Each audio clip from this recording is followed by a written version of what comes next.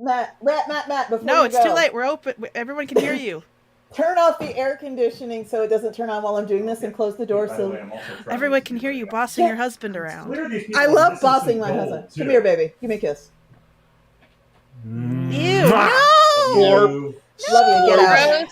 Not where I can hear Gross. it. Everybody should have their own Matt Sheridan. He's the fucking best. No. Everybody. Yes. Bad. Well, He's hot and he's cute and he knows how to do what he's told. Love you, babe. can you send him over my way sometime? It's a pretty quick flight from Chicago. If I could clone him, honest to God, everyone in comics deserves a Matt. Every single person in comics deserves a Matt. It's true. I already have him on Saturdays. I'm fine. Okay. Hello, everybody, and welcome to episode 4 of the Iron Circus Geek Show. I'm Spike. I'm Kel. I'm Amanda. And we have a friend. Okay. Yes. We have a guest. My name's Casey. Yay! Hi, Casey. Hi, everyone. Hi, Kel. Hi, Amanda. Casey, would you like to tell people who you are and what you do? Sure. Like I'm nobody Casey knows. Green. Look, hey. I'm Casey Green. I do the comics Funny Online Animals. Best foot forward. It's on King Features or online. I also did the comic Back, Gun Show, He is a Good Boy, Horribleville, Bill the Magician, Wow. Sinister and Evil, Franklin versus the World, Damn. Droop.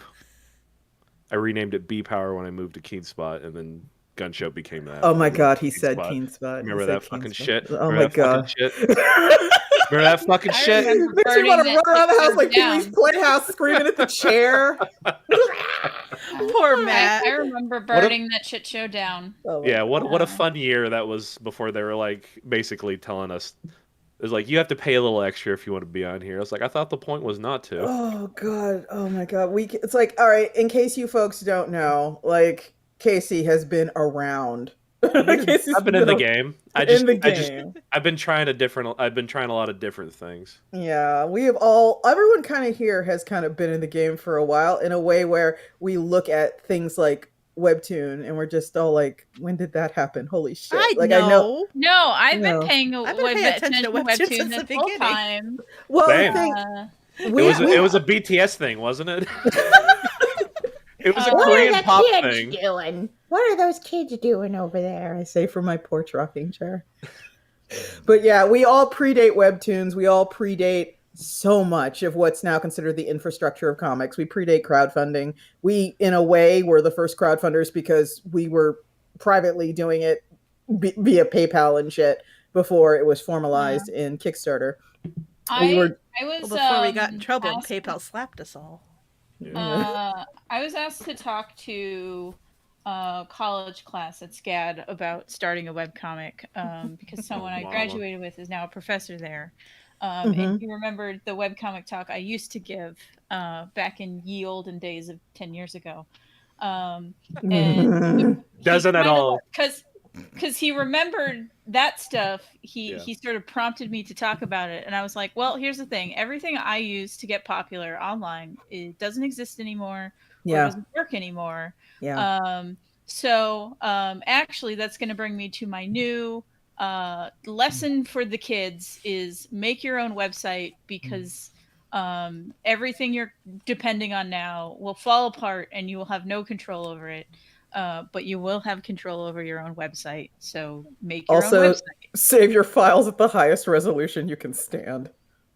Yes. God, I had a teacher who was showing us how to scan for the first time in college. Be like, you only need to save it at 72. It's only going to go online. Oh my God. Oh, that's satanic. Folks, you don't do that. I was already aware of how to do 300 DPI, and he said that, and I was just like, but so, I had no confidence to be like, oh, well, he's the teacher. Yeah, in a lot of ways, I'm really grateful for what comics has turned into online. Like, there is such a more well-trodden, more paved path for people who are like 21, all bright-eyed and bushy-tailed and fresh graduates from art school who want to make a webcomic. Or not even high school, even.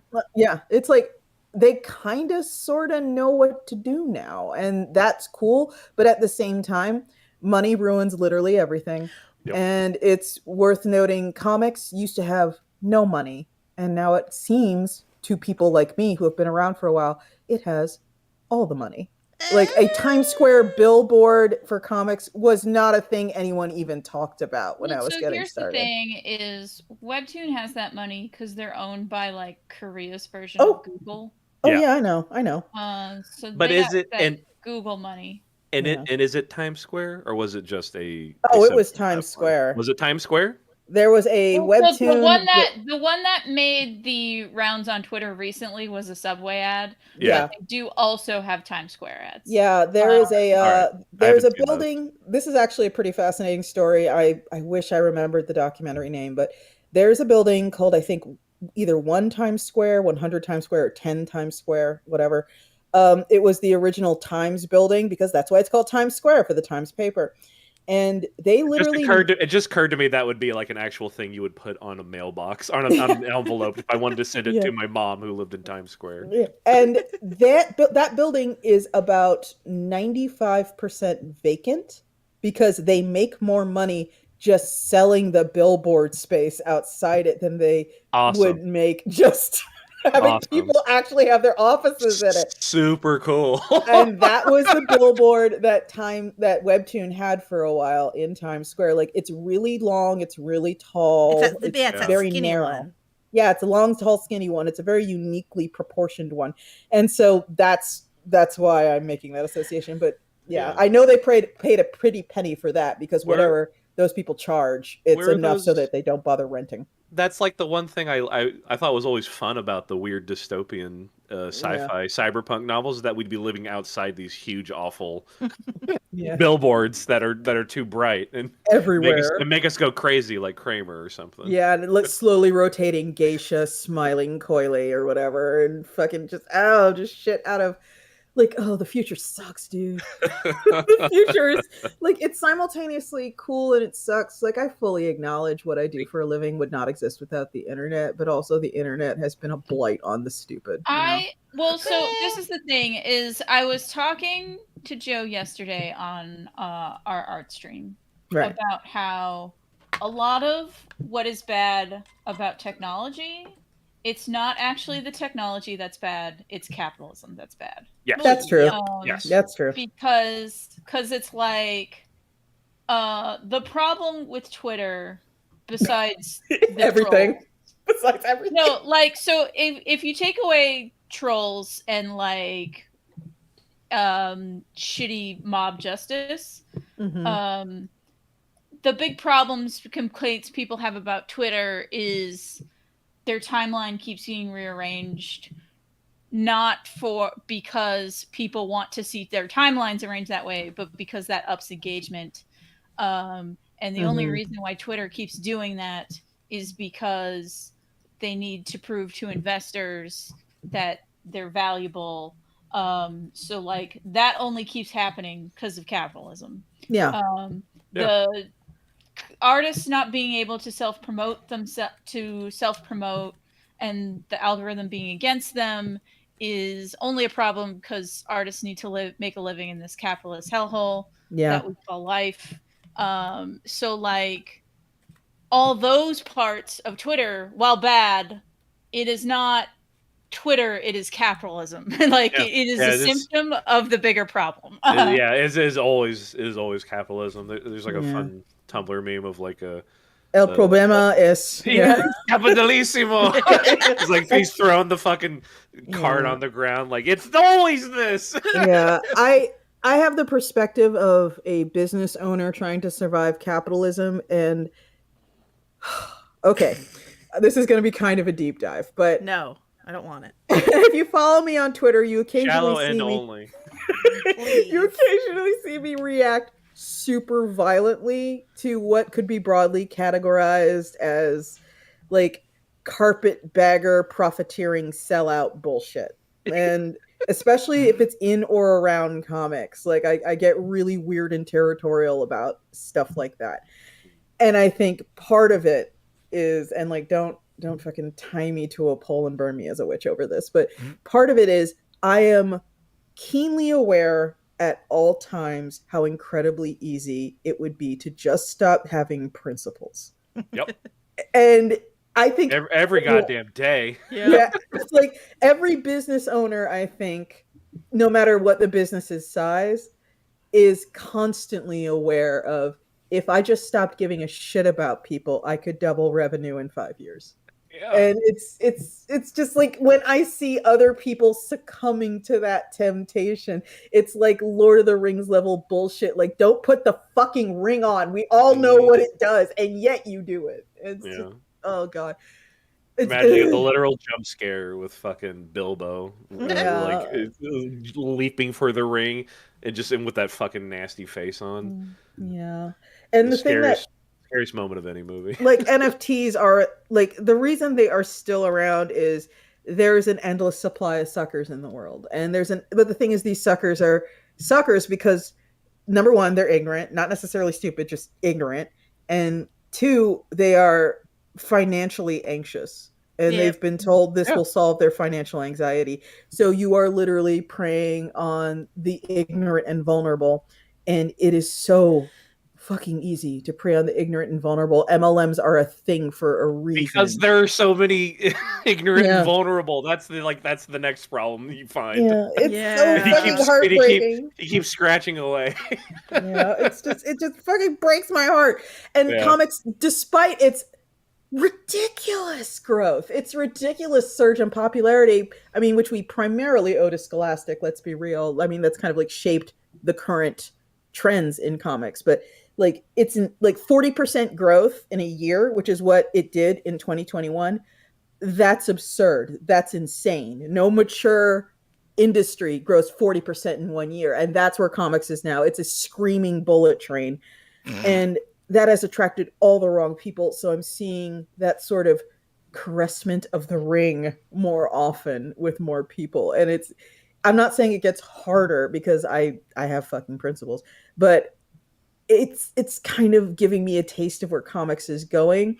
And it's the same place things like video games have gone, and I'm not a fucking fan. I'm not a fan. It's gonna suck so bad in like 5 years, you guys. I couldn't have. I don't know if I have the shame in me every time I think about it. Like literally.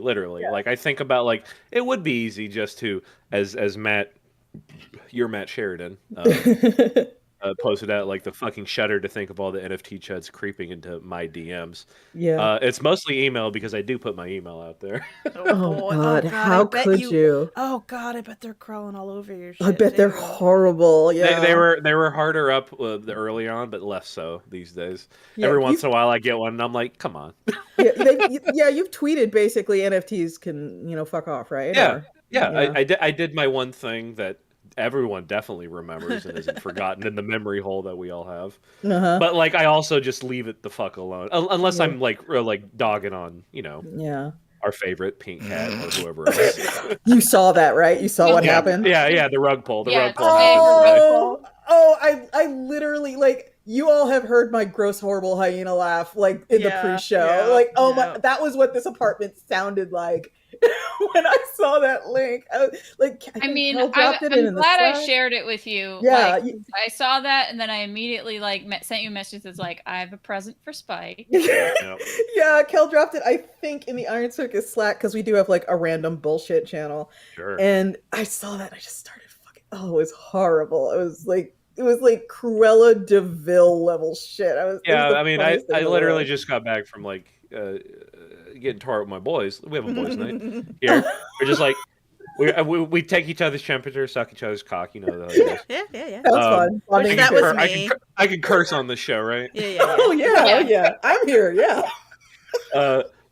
Basically, I came back with like a couple more beers, and I sat down and got on, and then I learned, and then I just checked Twitter and see people just fucking howling at the at the rug pull, and I'm like, what happened? Oh shit, here we go again. It was great, and honest to God, the Cal theme song play. It is not often that everyone can be united over one stupid thing.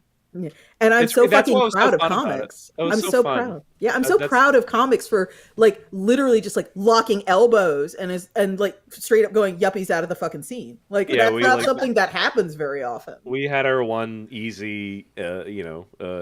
Twitter user of the day that was just like, look at this fucking Like, oh shit, what an you're gonna asshole. make me cyberbully. Oh. I'm so fucking glad she ripped all those people off. I'm Oh so my glad. god. I'm so glad mean, that I'm no. not glad people got ripped off. I am. Fuck them. No, they're there are morons. people. No, there are people who genuinely lack like literacy when it comes to technology and this stuff. And like, I do feel bad because this is like just not something people know. Yeah, like I said, it is ignorant people, but I've a lot of this stuff would be lost on me if I didn't binge tons of documentaries about Ponzi schemes and shit. And now I can see this shit coming from a mile away, but like, had I not done that, if you didn't take me aside and explain it to me, I might be like, I don't see what's going on. Yeah, that's happened to plenty other comic people who just don't follow that shit. Just go, hey, that would be interesting. Try it, and then everyone yells at them. They become fucking And it's also enemy of the day. It's Helps also no one. like if you're out of the loop, you might not fucking know anything that's going on. Like because except now everyone's yelling at me. Yeah, well, because an example of a less controversial topic, I'm in a Discord that is mostly older comic artists, and one of them said, "What can someone explain VTubers to me? All I know is they apparently are ripping off artists?" Question mark. Well, the thing is like recently there was some VTuber drama, which is basically VTubers telling artists, "I'll pay you an exposure." Like I immediately found the drama. New. And so it's nothing new. It's just this time it was art tubers. It was VTubers. Here we go again. Tale as old as time. Someone once again wants to pay artists an exposure. So it's like person one is like, can you explain VTubers to me? I guess they rip off artists and are role playing as cat girls? Question mark. And I was like, and so I then explained like, no, it's just like a little like icon that moves. And I was like, hey, you know those little emoji things that animate your expressions that come with your iPhone now? It's that, but anime girls usually. And it's so popular. Holy shit. Well, of course it is. Yeah. I mean, it's a way for you to be on camera without actually being on camera. So and everyone's a cute anime girl, so it works. Yeah, and we are all doing it right now. Look at me. Like, we're doing it right now. It really benefits the people who being on camera gives them the reaction of insert that Simpsons meme of Lenny being like, "Don't tell anyone how I live." Yeah, I follow a bunch of VTubers, and I'm like a friend. I didn't even know that they were a VTuber. I'm like friends with one, and they're like, "Yeah, I'm trying that out." I'm like, "Oh, really? Let me know when you do it." And they link me. I'm like, "Oh shit, I already follow you. I didn't know that was you. What's up?" But yeah, like honestly, well, the animation slips by everyone. We had an Iron Circus business meeting like a month ago, and I was explaining how TikTok works to everyone. I was like the only person who knew. Yeah, we actually we're in the process of setting up an Iron Circus TikTok, and again, this is like el problema es capitalismo once again. I am literally like Jeffrey Rowland from Topodico. I'm working with more closely. He's like, we got to get on TikTok, and I'm like, please, no, we don't. Yeah, I know it's fucking heartbreaking, but we have to. Here's the thing. I think the thing for TikTok for me is it doesn't. I guess because it depends on if you're already a TikTok user and what you do on it. I guess for me it's a little less devastating because I only follow the weird side of TikTok. I only see absolute batshit weird shit. Sure. I'm sure there's great weird shit. I watch fucking meme channels all the time that are just weirder TikToks or like normal folks finding a weird thing. Yeah. And Jeffrey does have a drone that is fun to take footage with. Yeah. And there's a one TikTok, I don't know, it's a trend. It started years ago, but I wasn't aware of it at the time. Where it's like these little pipe cleaner worm things, and Worm on a string. there's this Sure. gigantic fucking TikTok that's just this like robot voice talking about how all that the worms do is sin all day. Yeah. And they're like, time to sin with this like little pipe cleaner worm with googly eyes with like 20 minutes. That started on Tumblr. And I follow that, so I know there's some redemptive qualities to TikTok, and we're planning the Iron Circus TikTok right now to have like art tutorials and snippets of the videos we've already paid for, so why not? That's But a good idea. I'm stealing some ideas. Sorry. I straight up would not be doing this if I didn't feel I had to. Yeah. It's just, Like it just feels like how much Instagram followers does it really translate into people who buy your? Yeah, honestly, it's one of those things where you have to put in effort. And I've had discussions with Kel about this because Kel fucking hates social media. I do. And there are times I agree. get The it. thing is, I I agree with now hate Instagram most of all because they banned me for no reason and would not tell me why. What? I'd be pissed off literally, too. it happened Yeah. in the beginning of January. I got banned from Instagram. I tried to find out why. There is no support like email for Instagram. Just a frequently asked question that's like, well, you probably broke the rules. And it's like, but what rules did I break? Because I was just Yes, you are posting my banned. artwork. Yeah, so it's like, and then like They the literally only way, yeah, so there was no way to get a hold of anyone to get any answers. Mhm. I like Googled it to try to figure out what to do, and instead of finding how to get a hold of Instagram, I got a Reddit thread with 3,000 people having the same problem. Yeah. I really think there's no one behind the Instagram like ship when it comes to that type of stuff. Yeah. It literally is just an It would cost algorithm. them money. It would cost Yeah. them money, so they don't It is hire literally people. it. Like Instagram is so whatever to them that it's like, yeah, just give it an algorithm. Who gives a shit? And And yes, Snake of June was right. I did have a comic get another strike because I wrote because it was my political comic from the other day. Literally, it was about the Oh, guy God. saying, "I'm getting into politics," and then he's using a gun, and then it says, "Vote for me or I'll." And I shouldn't say it because it feels like YouTube might do something too. Like I don't know what's the algorithm going to say. Yeah, and that's like one of the more heartbreaking things, and honestly. so here's the thing though, is like I didn't even post anything like that. It is literally, here is a character design, here is a scenery that I designed. Like there's nothing like they saw a dick somewhere. Yeah. And so like going through the Reddit thread of the other people who have been banned from Instagram for vague nebulous reasons, someone was like, I guess my cat is not safe for work. Like it's a lot of it's catching too many like random regular people who just made like a weird photo that that catches the algorithm in a weird spot, and then it's like, okay, can I talk to someone about this? No.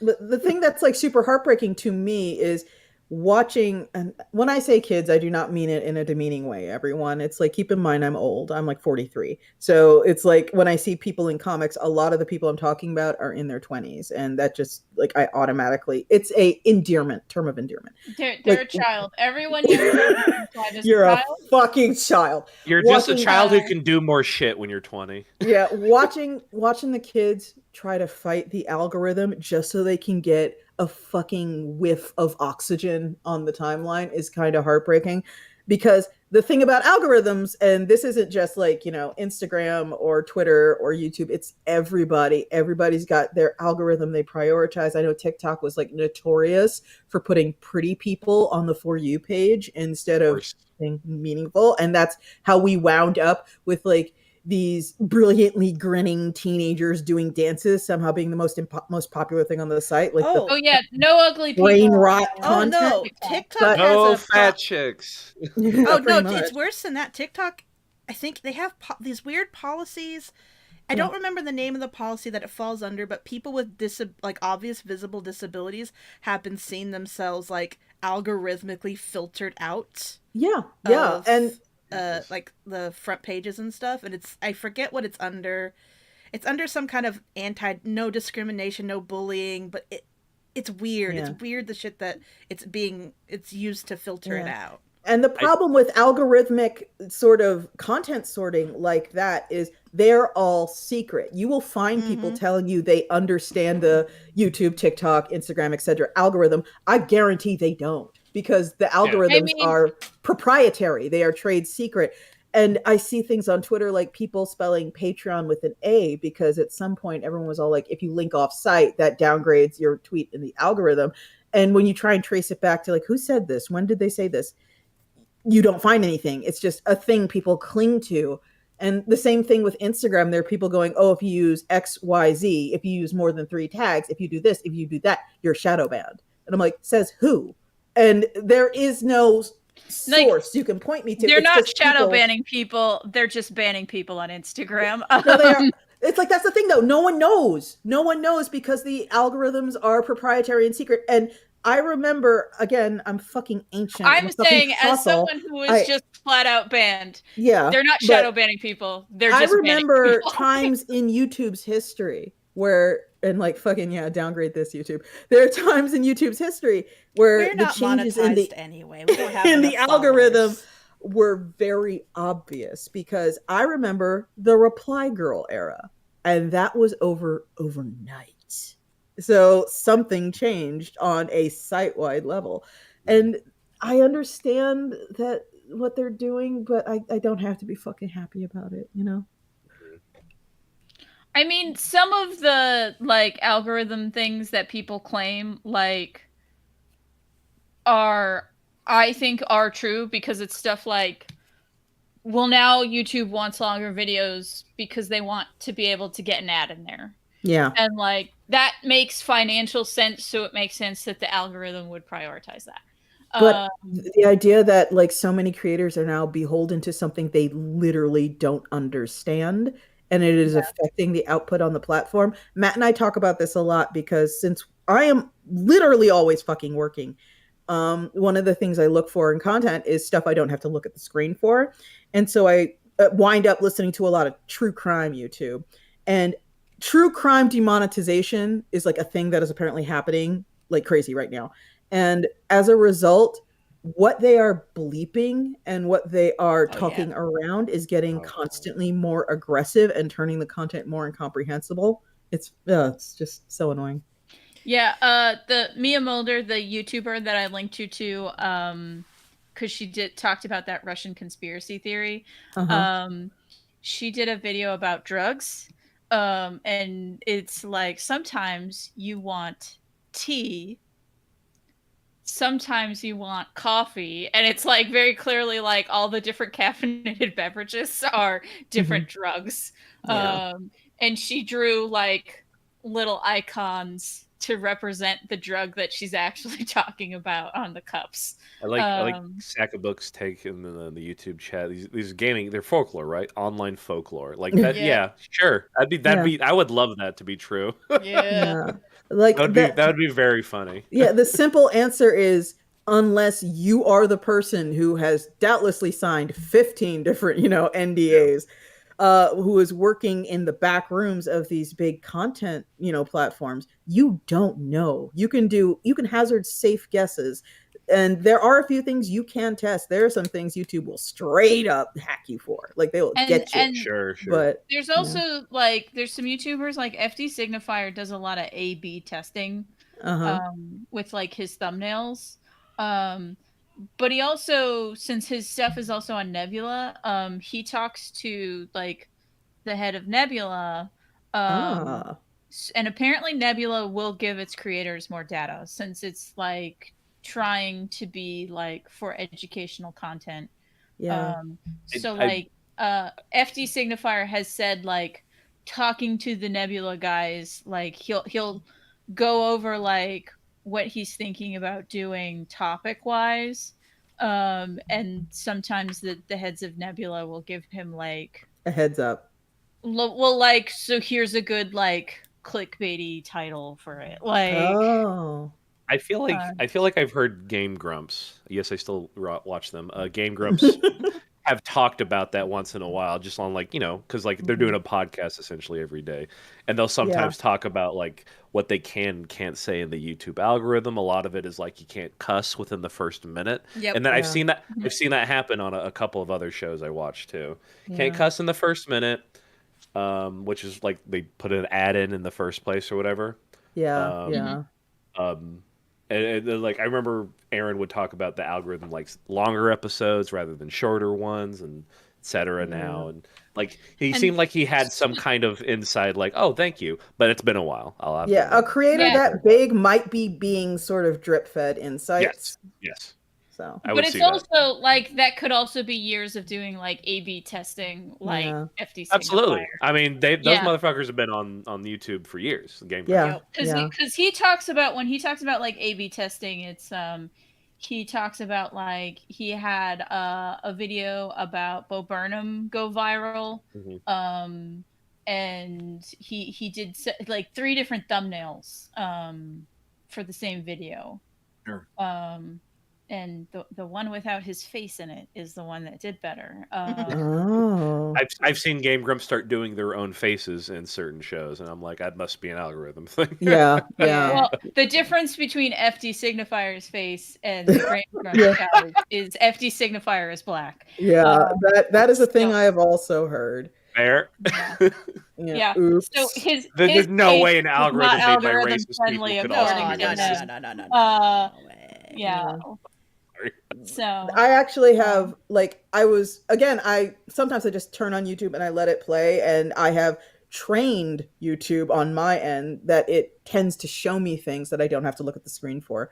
And I don't even remember his name, but it hit on one of those moments where the algorithm clearly turned its jaundiced eye towards one creator in particular and just instantly deplatformed them, which is a terrifying thing because this was his entire career. Oh, I know There who was you're a talking dude- about. Yeah, there was a dude a while back who his whole thing, when there was a big music video that dropped, like Nicki Minaj's Anaconda, like when that drops, he immediately got to work writing a like Weird Al style parody song, hiring actors, constructing sets, and within 3 to 5 days, he had a very high production quality parody video and song to piggyback on a wildly popular song that had just come out. All right. And he would game Respect the hustle.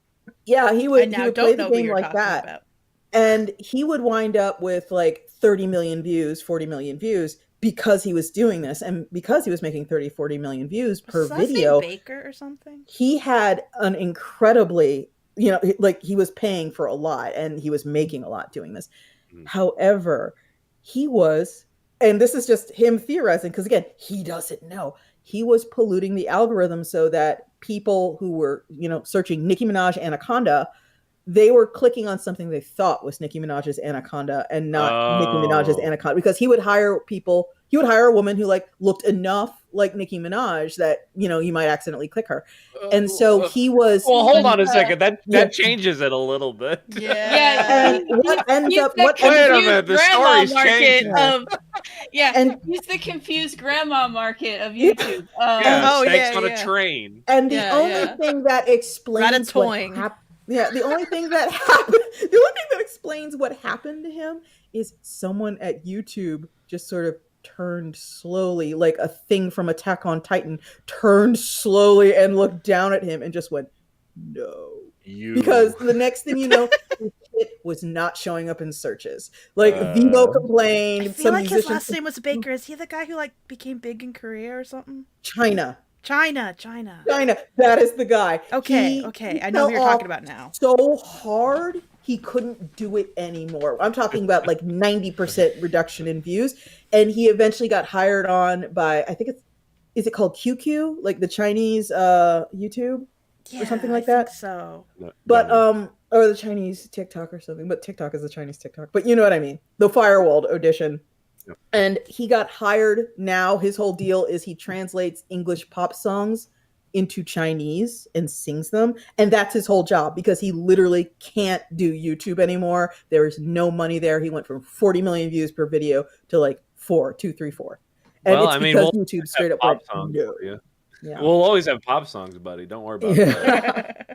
But it's like it's this super high contrast, really rare example of YouTube just straight up singling someone out and going, "You will now stop." And like Yeah. that terrifies me. That terrifies Now that I me know that who they you're could just talking, I decide. know, like that sounds like a bummer, but I don't know, like considering what he was like, the context of what he was actually doing, it's like I'm okay with that. I don't know, man. Or like a cautionary tale. Yeah, it is, but like it's so weird because it's like I think about that now. It's like imagine one of the things I talk about a lot whenever I get invited to talk to like, students or, a con panel or whatever, is I talk about don't let the door close behind you and have multiple streams of income.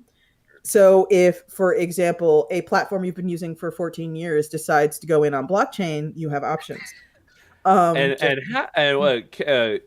New phone, who this? Exactly. But like it matters anymore. They showed their entire ass, and we were like, "Oh, this works. It works better without you, actually." yeah, honest to God, I don't imagine like having that monopoly and fumbling that ball to that dude for nothing, bro, for nothing, And- for nothing. And the They thing just about sat it on is what themselves they and had. passed out. And the thing about it is what made them special was the idea and the goodwill. Nothing, everything they Yeah. had was recreatable by almost any Yeah. platform. It wasn't proprietary. It's just no one looked, and then like when we did, we were like, "Oh, Spotify does it very easily." It looks Yeah, like Spotify Jeffrey does was it- able to figure that out. like I'm not gonna like fucking get into it, but when I started being loud, I started getting emails going, "Hey, the timing's kind of crazy, but we're gonna launch basically a Kickstarter killer. Can we sign you to be one of our premier launches?" And I straight up was like, "No, thank you," because I'm going it alone. Because frankly, I don't trust any of you anymore. But it's like it was already in the works, and the timing was bizarrely good. Yeah. Like I know that BackerKit is now doing a thing. Zoop showed up to do comics, and honestly, yeah. if I was on Zoop's advisory board right now, I'd be all like, what you need to do is you need to become super specialist. You need to start offering printing services. You need to start offering promo services. You need to start saying, hey, we'll get you into Diamond's catalog. We'll do all kinds of shit for you that's very comic specific. I thought there's still thought Diamond died. Is Diamond still a thing? They technically They're still hanging in there. exist, They're hanging but in there. they're dragging along. Yeah. The thing with Diamond is they lost a lot of their exclusivity, and if you talk to retailers, they don't like Diamond. Well, Like, actually, nobody here's likes a funny Diamond. thing. Here's a funny thing. And this comes from being in that Discord I told you that's mostly older Circus comic Flex artists, show. aka the people who care about Diamond. And apparently, when Marvel and DC left Diamond, everyone else in Diamond's sales went up. Yeah, I'm not surprised. Like, Oh, really? yeah, What? no, What like happened? because it's like stores still wanted to spend the same amount of money at Diamond, but because they weren't spending it on Marvel and DC, they like spent it on Image and Oni and Dark Horse and Well, Boom. what? Like, Well, who'd have fucking thought? Wowie, Yeah. wow. Although, speaking of money in comics, like I don't think any of us can deny that Marvel and DC are in these super, and maybe eventually Dark Horse, considering they're now owned by Embracer Group, are now in these really specialist positions where, quite frankly, they don't need to make money ever again. Like, I ever. mean, Boom is owned partly by Fox, so. Oh, well, there you go. But like, Shit, are they? yeah, It's been a it while was since I've looked at basically, Boom.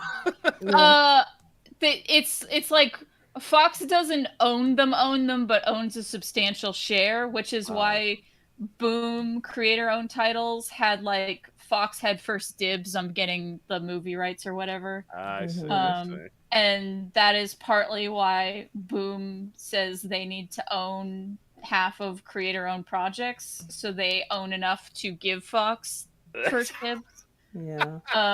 Shit. But So, I yeah. actually Been a while since I turned my giant rotating wizard's eye at Boom and be like, "What are you doing now?" But yeah, Oh Amanda my was- god! Amanda was Just run talking away. about what's the deal with Diamond right now. I can tell you, I currently have my dashboard at my distributor open. I didn't say that. Oh, No one said that. You said it. I said it. Okay. Diamond. Here's the thing I about was Diamond. just surprised they didn't go. I can predict Diamond's future, and Diamond's future is what I'm looking at right now.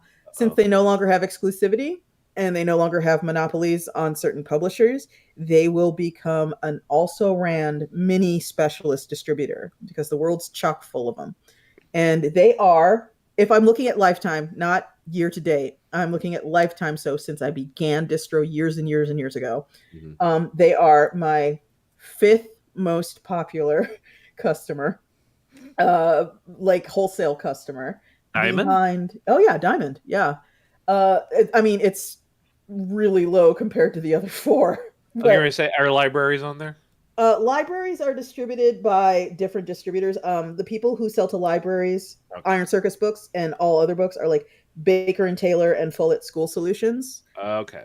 So that's where a lot of my sales are coming from. But that's the only part of the government I believe in anymore. But yeah, Diamond is going to turn into an also Rand. It's going to turn into an afterthought because the thing is, a lot of retailers, from what I have heard from people who have attended like Diamond Retailer Summit, because they have a special con just for the retailers, they're not thrilled with Diamond because Diamond not only had a virtual monopoly, it behaved like it had a virtual monopoly for a long time. Kickstarter. And it stopped giving a shit about its user base. And I remember one time doing a panel and we were talking about how Diamond is terrible. Yeah. And someone who worked at a comic shop brought up that one time they got a box from Diamond where the order was not only wrong, but it had someone's half-eaten sandwich in there. Yeah.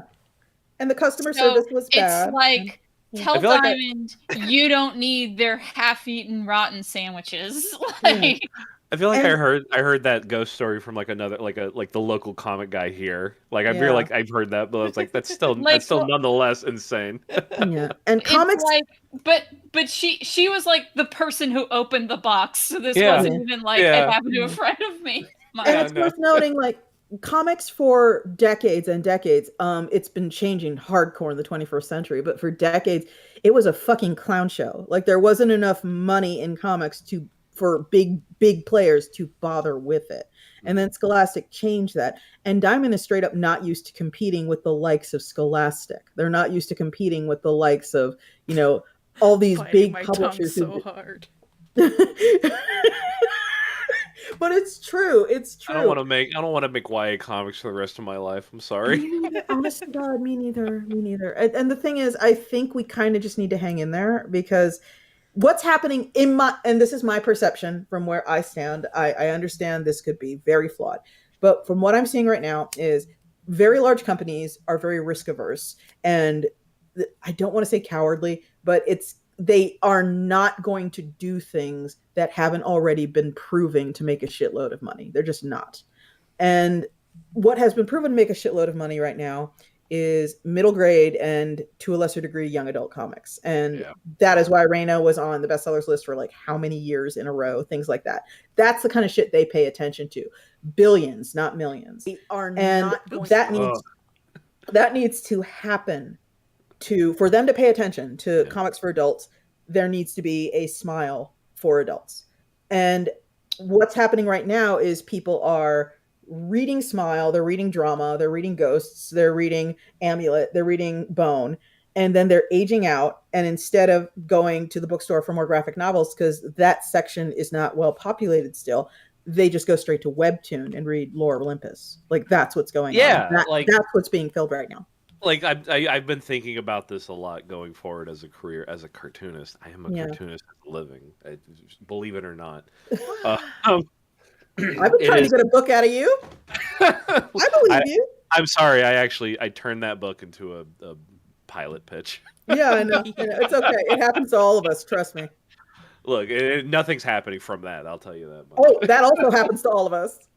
Where? It's my turn to learn. Oh, well. Amanda, it's honest to God. It's so fucking soul destroying. You don't want to be part of it. I hate it. Like, so I've only I haven't had my pitches like rejected. Eat me, Spike. No, I haven't had anything rejected. I've had everything fucking ignored. Yeah, I've had so many, like, I'm not going to get into it, but I've had so many fucking meetings. I've had so much shit in my inbox, and you think it's going somewhere, and then they just don't talk to you ever again. And look, everyone's nice in LA, but I also hate talking to people in LA. Mm.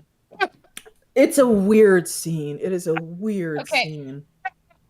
We're getting way off Just topic. think, Yeah. We're all about to say something we regret. Change of Okay. scene. Everyone's like chewing on our tongues, like yum, yum, yum. Yeah.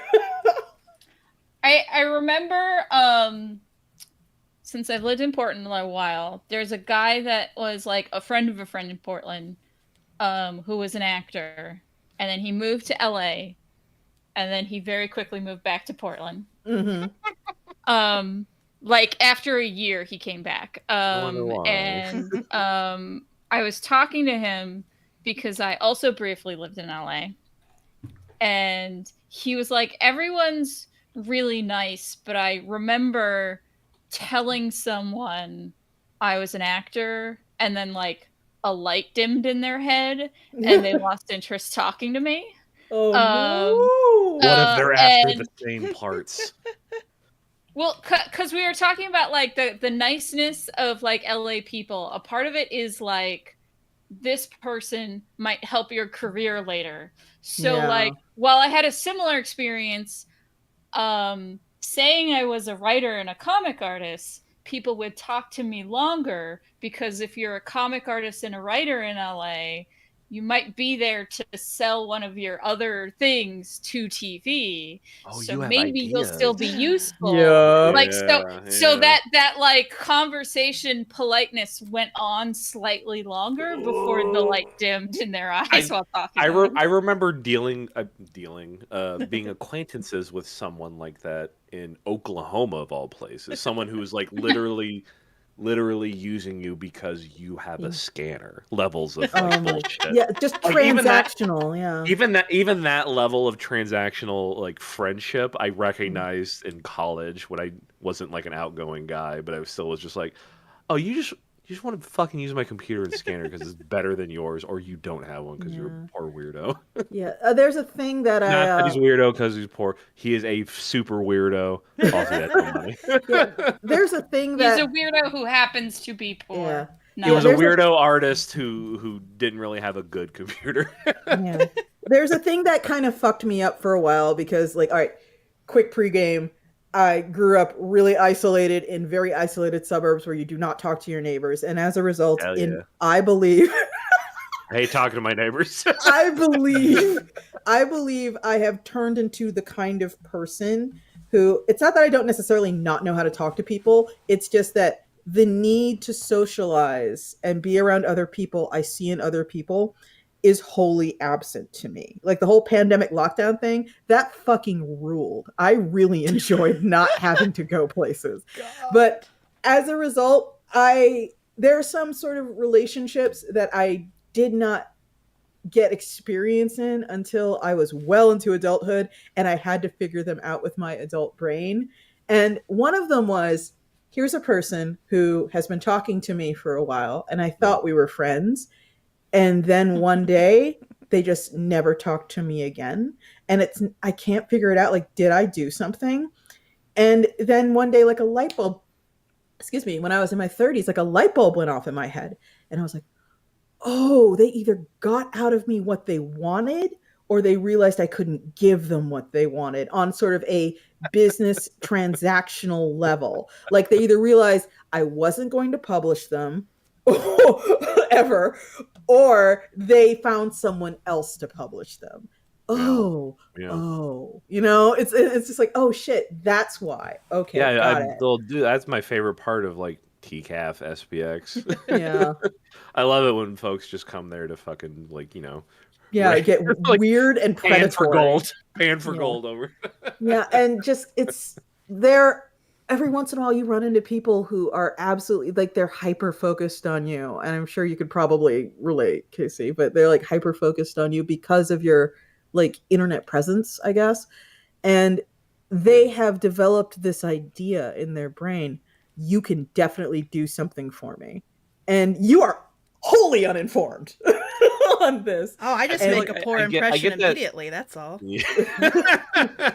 I feel like I get that more on social than I've had IRL. And they come on super strong, and then they're just like gone. It's there were some social aspects, like social media aspects, not really like IRL stuff. Oh, I yeah. remember being awkward, like at TCAF or whatever. Oh. I feel like I'm just happy to see everybody at conventions, so it's just like I'm fine. I don't care. Yeah, I'm there's just a part happy of to me see that's you. I'm happy you're talking to me. What's up? there's a dumb part of me that's like, I'm a rock star. Yeah, how cool you be here. I won't fucking know You who are I a cool am. dude. You're an extremely cool dude. Everyone fucking Oh! knows who I am. I remember the first time I saw you at a convention. I spilled water on your books and I almost went and cried. Oh no, you Yeah. did? I hope you No. didn't cry I because I almost did. like. Well, okay, good Oh, because I always no. believe in fucking. I always believe in Oh, that's- accidents. Yeah, Oh I my walked God, up. I that worship must- I worship human error. Yeah, I Oh my walked God, up that to would've made me Casey's throw table and I was up. like, Oh. "Hi, I love your work." And then I knocked an open water bottle over all his books and I was like, It was an accident and I probably know. just like two Mhm. drops. I bet it was probably 2 drops. No. It was no. Two drops, and you were like, whatever. And I'm like, Oh my it's 2 God. drops. Look, Oh, I'm this the is I so- still lie awake at night. Think, remember, Spike? Do you remember when I was playing with you and I tapped your face? Yeah. And you were just like, "No, I don't like to play like that." I still lie awake and think about that. I was like, "I'm a bad person. No. I tapped No, Spike's face." No, it's just, I don't like playful hits when I'm Yes, talking no, to people I get that. from anyone. No, So- it's totally but- justified. But I was just yeah. that was Yeah. like 10 years ago. And I'll still lie awake and like I hit Spike. No, it's okay. No, don't let that like rot in your No, brain. I just like think an it's old funny. Sleep sandwich. soundly. I think it's funny. Yeah, God, it's like that here's the thing. There's the reason there are like a type of comic out there that along with, middle grade comics has become really popular. And I personally, in my heart, refer to them as Kathy comics. And it's I know because what you mean. they've got that immediately what you fucking mean. the hashtag relatable. I know immediately what you fucking mean. And Say it makes me think about spit, sister. a person sleeping in bed like, oh, I can't wait to go to sleep, and they lie down and then their brain pops out of their head and their brain goes, remember that embarrassing thing you did 15 years ago at Brownie That artist's Town? name is Sarah Anderson, I think. Oh, she is not the only one. Oh, No, they're but you're everywhere. Let's not. I There's know. so many motherfucking people who do the Oh, same okay. I'm just saying comic there's all an the time. artist who's. I'm just saying I think that's the name of the artist whose Yeah, work has been memed. but that specific brain Yeah. comic. Yeah, I'm that's- sorry to rag on No, no, that's comic fine. folks who are trying to get their shit started, and I get it. Yeah. But And God here's the damn thing it, read is, comics. I don't mind those comics so much as the like my life is so hard because I'm so upper middle class and white and How about restaurant will I eat at tonight? I love my and- partner so much. The partner one And gets it's- me because it's like I've seen a couple that have gone sour, and then they're like 100 comics deep into this. It's their brand. Good lord, yeah! Yeah, don't make your relationship your brand. My Mhm. God, what are you, Jeffrey Well, Brown? yeah. So it's just like I'm biased against Autobio comics basically because of too many comics like that are like My My gap life year is in so Prague is hard. my standard dismissive. my life is so hard. I don't know what purse to buy. Yeah. Eh. Oh goodness, I've just I'm so disaffected, and I'm my I am my not trust reading fund. the same ones you're reading. No, there are a lot of. All right, here's the thing. I will stand for Autobio forever if you have something to say, and I think Banned Book Club is bomb ass Autobio. I think I was just thinking about how much I love the first American Elf book, the one with like the Yeah. first 5 years. I'm like, that's a perfect amount of time to read these short comics about 5 years of this motherfucker's life. Yeah, and there are people who do interesting things, go interesting places, and have interesting stuff to say. They, our Cancer Year, I think, was one of the really good ones back in the day. And then I think it was Mari Nomi who did a comic about being like a hostess in Japan, like those hostess bars. Like she went to Japan and did that for a year. Oh, That's cool. interesting. Yeah. But a whole lot of them are just, what do I do with my life? Or women don't see me for the brilliant, amazing man I am. That's like Women are yeah. vicious creatures who don't want to date me. She broke my heart. What was that? Was it Joe? Was it I get a lot of these weird indie boys confused. Was it Joe Matt or something else who They did are the one so about weird. the prostitutes he used all the time? Oh, that's Chester Brown. That's Chester Brown, Chester excuse me. Brown, That's and that Chester book is Brown. called Paying for It. Thank you, Kel. Yeah. Not Joe Matt. Joe Matt's different. Joe Matt's cooler, I think. But yeah, there's just so many that are just women are vicious, cruel monsters that won't date me. Yeah, it's like we didn't have the words for it back then, but it is just like screaming incel bullshit. It's just wow. I saw like I don't want to. Yeah, fuck it. Let's rag on him. He doesn't want to read it. Jeffrey Brown, who does like Clumsy and shit like that. I guess re-released Clumsy every other his 3 like breakup comics as like a full collection from Top Shelf, and I saw it in my local comic shop. I was like, oh, he's still doing this? I thought he went off. I thought that motherfucker went off to Star Wars and got rich forever. Literally, the only thing I'm familiar with from Jeffrey Brown is for a while he was doing the Star Wars comics. It's like Darth Vader as a dad comics. I'm like, whatever, secure that bag. Yeah, he's doing cute kid children comics, but they re-released his first 3 like Autobio hits. It's like, hey kids, you liked his Darth Vader as a dad jokes. Would you like to hear about how bad he is as a dating in college? Yeah. I mean, like those were fun for a time, but like I can't like I don't know if I still have mine, but I can't. I didn't even like them when they came out. Like they appeared in front of me, and I was like, no. Yeah. I think one of the first initial wake up calls of what I would have to deal with, capital D, capital W, in comics, was when I read a review for a Joe Matt comic. And in this particular comic, he like tossed around his girlfriend. Is the best way I can put it, like physically. Joe Matt? Oh man. Joe Matt, yeah, he tossed around his girlfriend in a way where it was very shocking. And I'll admit up front, I don't know his over that much. Yeah, the review didn't mention it at all. Oh boy. And I was all like, oh, so we're just like, he spit on her and he threw her into a door jamb. And this was in the comic.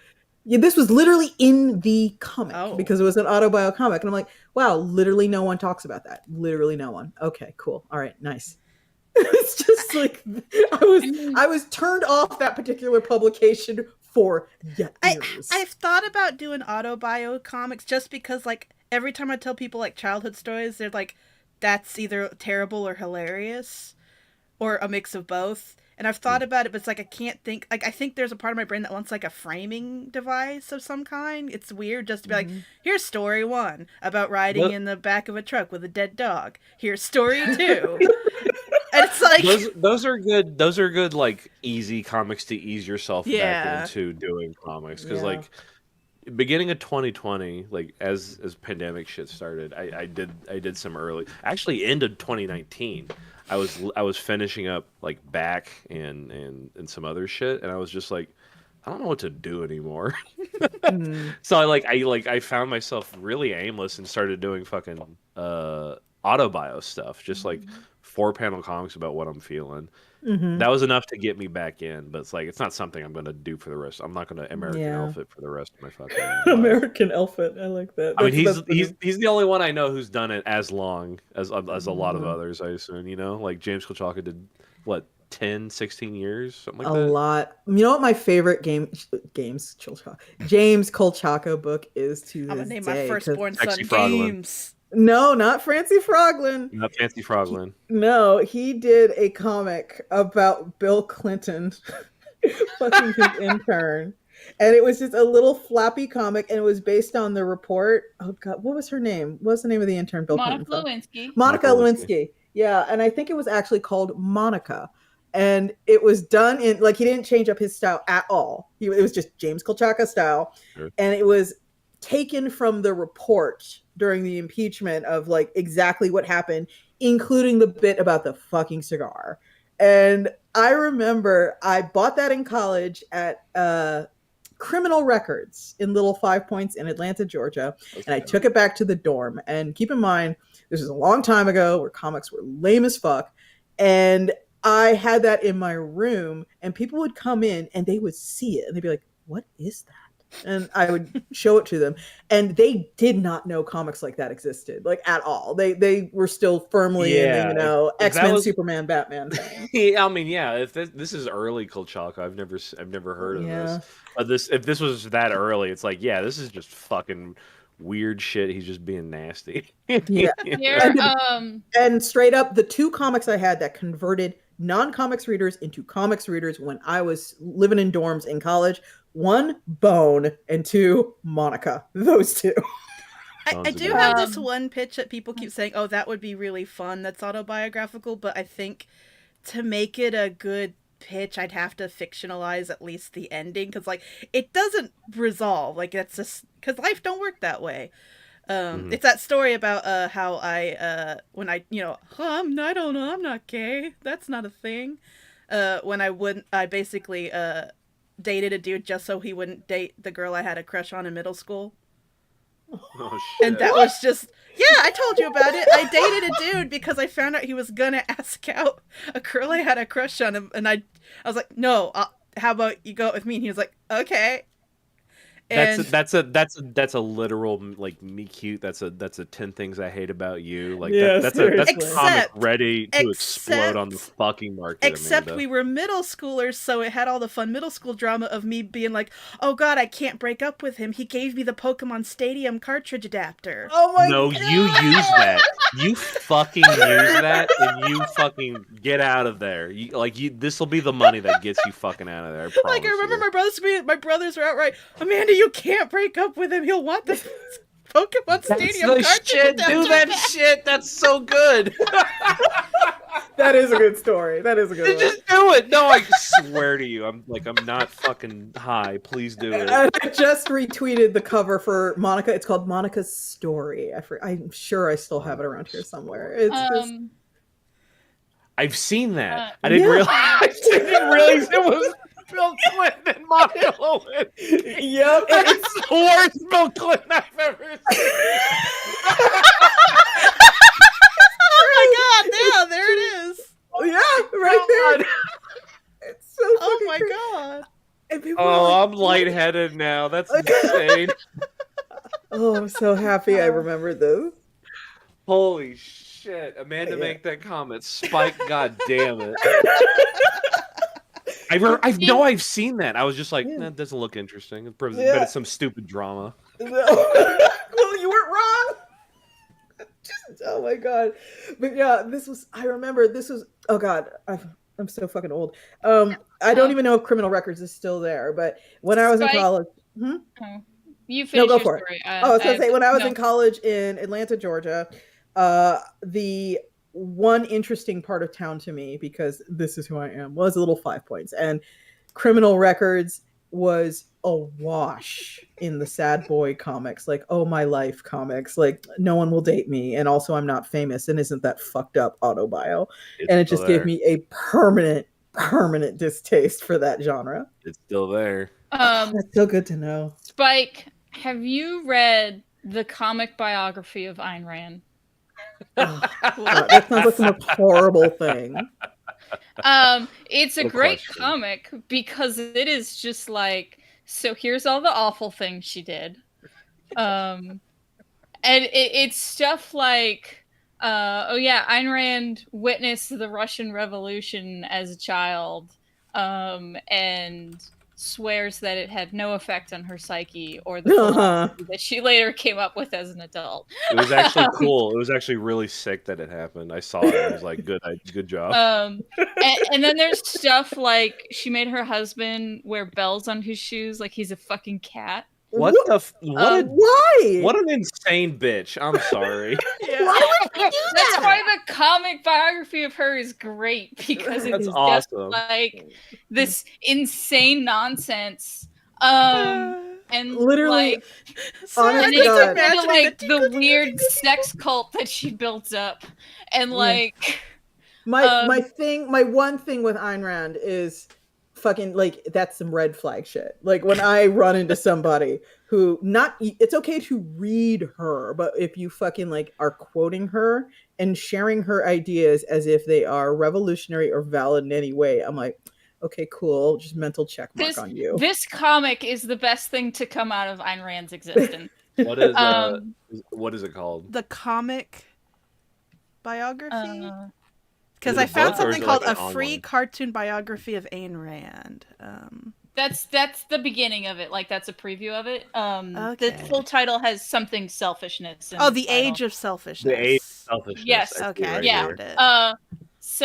Yeah, because it has like, oh, she made her husband wear bells on his shoes because she didn't want him. She wanted to know when he was entering the room. So And then, like, fucking weird. Oh my god, it's $5 on Kindle and Comixology. You know what you have to do. I Yes. am buying Yep. this right now. Yeah. I'm buying it right now. Yeah, I have Kindle. And It it is the story downloading my of iPad right now.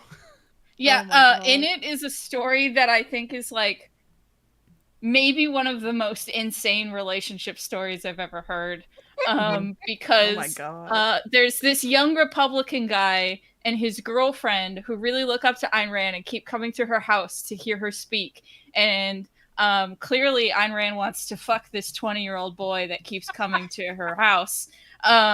It doesn't say this explicitly, but clearly the girlfriend of this 20-year-old was not okay with that. But also didn't want to deal with whatever the fallout would be for confronting her boyfriend about Smart. this. Smart. So, Unfortunately, too late. so she says to her boyfriend, "I accepted a job in New York City, and I don't want to do long distance dating, so we should break up."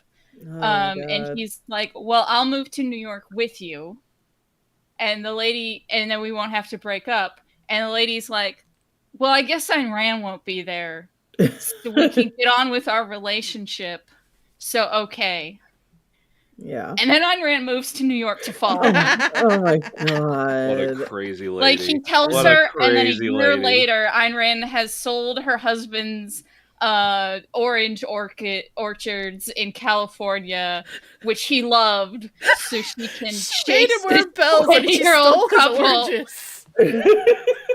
So she can pursue this 20-year-old that she wants to bang. This is all in the book, right? Yes, this is no all in the book. spoilers. No more spoilers. Cal. spoilers. No more spoilers. No more spoilers, but it gets I wanna worse hear from about- there. I want to hear about this awful woman's life.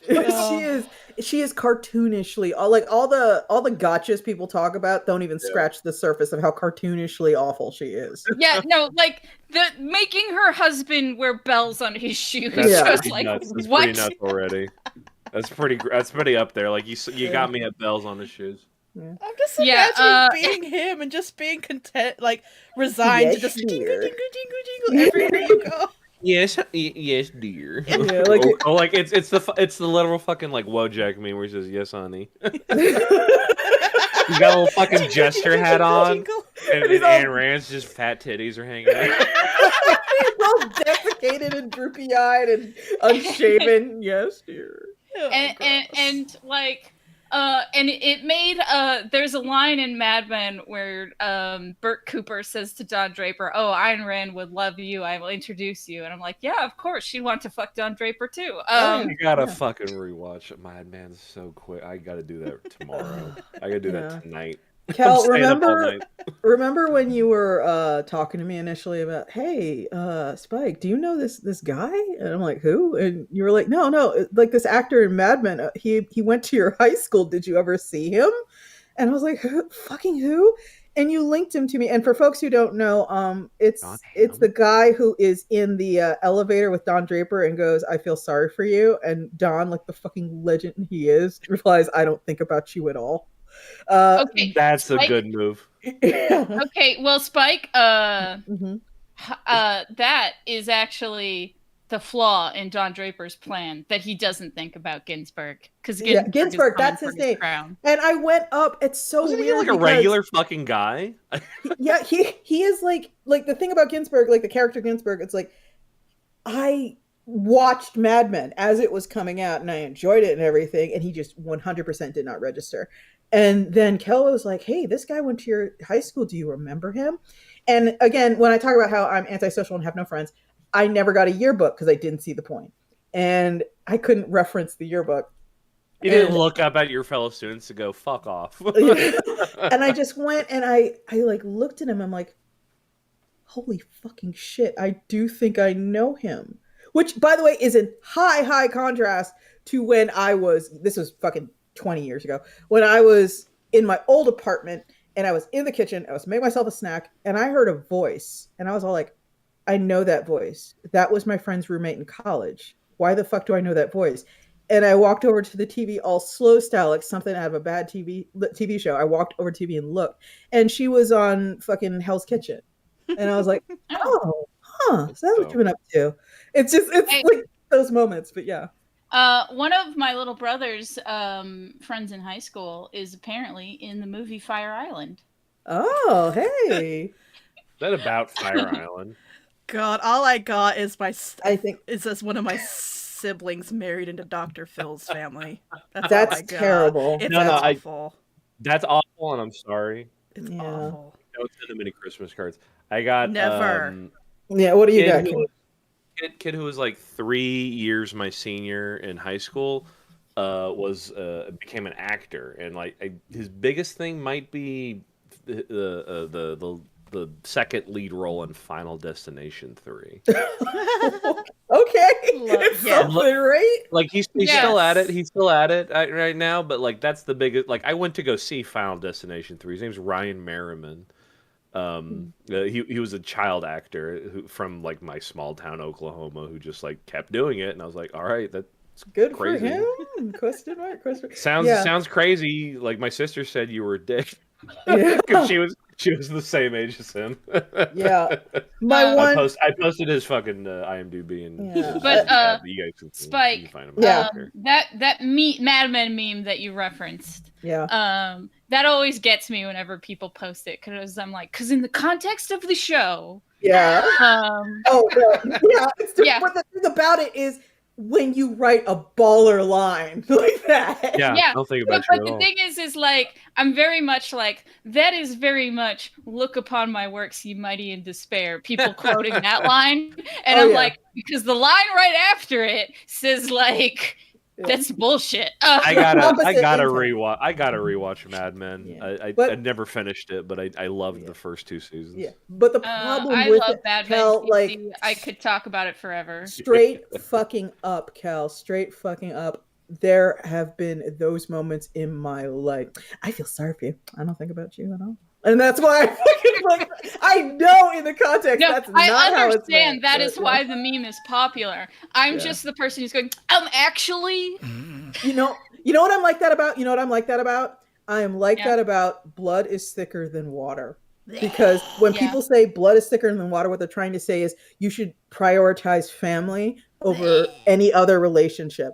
No, according to some translators, the whole line is the blood of the covenant is thicker than the water of the womb, which is the exact opposite intent that the relationship. And there's a lot of lines like that. There's a lot of lines like that. Like the full line of "Curiosity killed the cat." There's a second line of that, which is "But satisfaction brought it back again." Yeah, Casey, the whole line is the blood of the covenant is thicker than the water of the womb. And this is supposedly like someone says this is what the translation is, and someone else is like, oh no, it's not.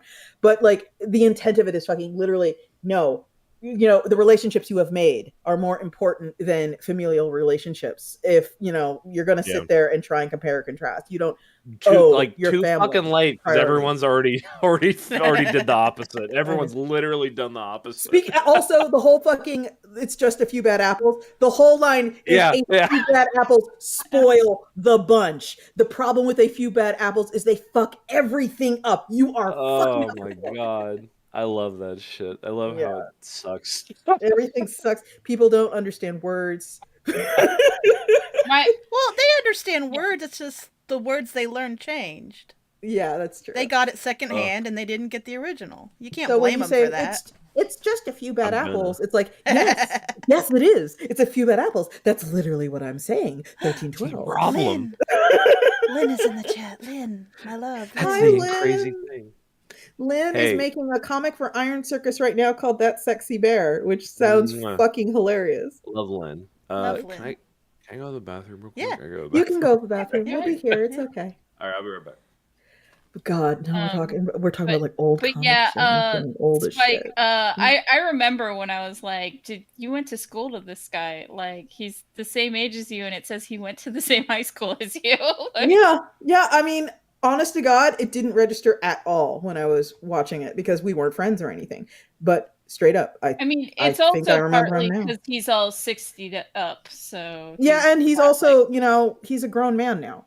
So Yeah. he's filled out considerably. I think part of the reason I think I didn't recognize him is, I remember him with boy proportions. Yep, that's true. The pull up by the bootstraps is meant to be an impossible thing to do. Yep.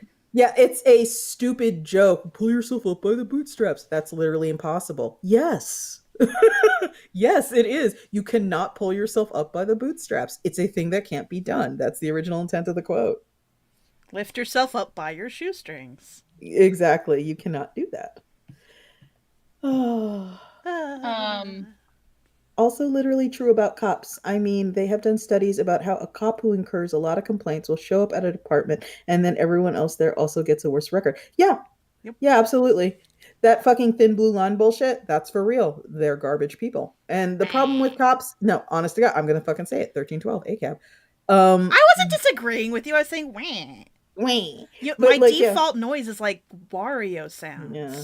My whole move for the Waluigi past, noises. it's just, I'm so fucking like, the bootlicks. I'm so over it. But we won't get in there. That's depressing. We won't. I have a long ass tweet thread that's getting blown up now about how cops failed me. I ain't disagreeing. Spike, a YouTuber I like, Skip Intro, has been doing a long series about copaganda. His name is Skip Intro? Yes. That's delightful. Yeah, he's been doing a long series about copaganda and like both the history and how it's evolved over the years in different cop shows, and also how even the cop shows that try to talk about like police corruption end up accidentally being copaganda. See, and really, are you telling me Brooklyn Nine-Nine is propaganda? It's so Yes. wholesome. yes. It's so 100%. wholesome. 100% copaganda. See how much they love each other. Kel, does Skip Intro talk about Copland? He hasn't gotten to Copland specifically. So the first one he does is about. Stop it! Well, the thing is, he's not done yet. So the first video he did was about Dragnet and how like the propaganda ball got rolling because Dragnet was getting approval from the LAPD on their scripts. Oh yeah, in exchange for like details.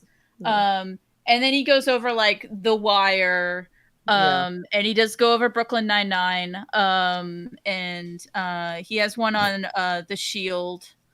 There is a show. I don't know where you can watch it. I watched it on Hulu, so maybe you folks can find it there. The writer for it went on to do the Luke Cage Amazon. I think it was on Amazon. No, it's on Netflix.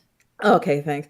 The Netflix Luke Cage series. So the writer on Copland went to that would do be funny. Oh no, Lynn says, really wish they changed 99 to the post office and no one says a thing. But Copland is probably the one cop series I am now okay with liking, because the entire series is about how fucked up and awful cops are. And there is a whole season spent on a shooting cover-up where a woman walks into, she's in pursuit of someone, and she walks into a backyard, and a teenage kid comes out of the garden shed holding a gun, and she shoots him. And I say kid, I mean literal kid this time, like a 17-year-old. And every shooting gets a review, but the thing about the reason that she shot him is he was holding a gun, but the gun was clearly like one of those fake airsoft kind of guns that have orange tip.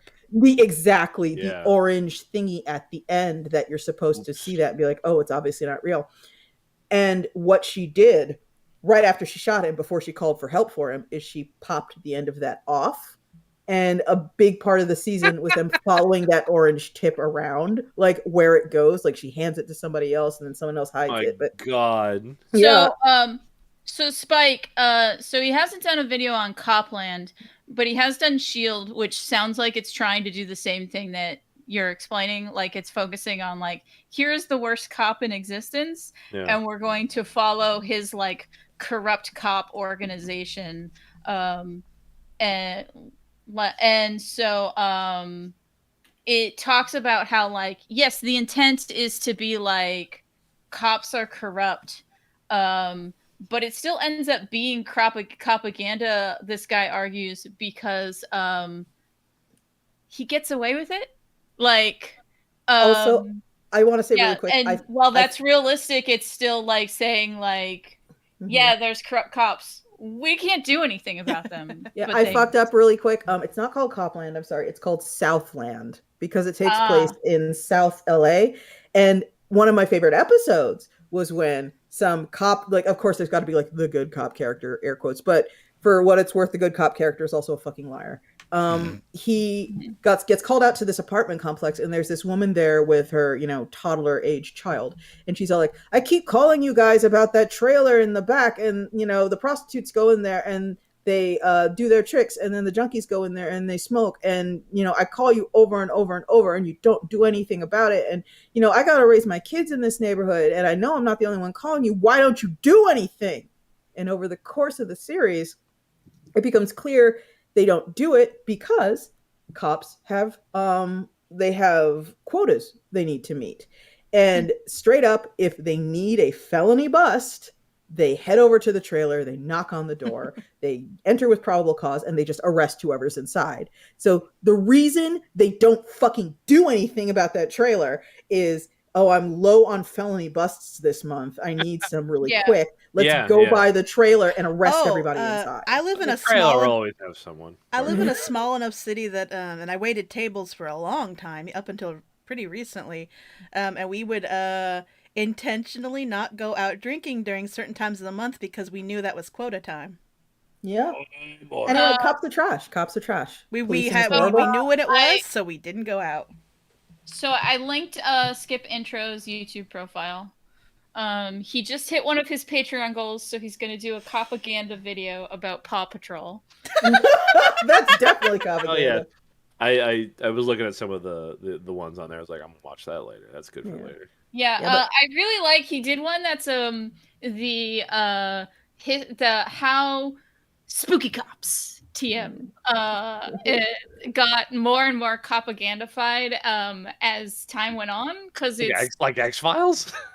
Yeah, like so X-Files starts kind of anti-establishment because it is running on the assumption that all law enforcement is bad except for Mulder and Scully. Yeah. They're the only good eggs in that basket. They are the only good apples in a basket full of bad apples. And that is like how the X-Files is presented, and then Buffy literally fights cops, the mayor, and then the U.S. military. Oh God, I got a whole other thing. So then you have the sci-fi spooky cops and the supernatural spooky cops. And then there's fucking propaganda XXL, which is the military, but go on. But so then they're mostly anti-establishment. I never watched X-Files because I was a weenie and I saw a single episode and it scared me. Oh, it's a spooky show. I'll give you that. It was the acid rain, I think, killed sheep or something. Scared me. That's pretty fucking insane. Never watched it again. And so he goes over. Then 9/11 happened, and then all the spooky cop shows got very like, well, we need to work with the establishment, and the secret government organization knows what's best for us and will protect us from the unseen evil.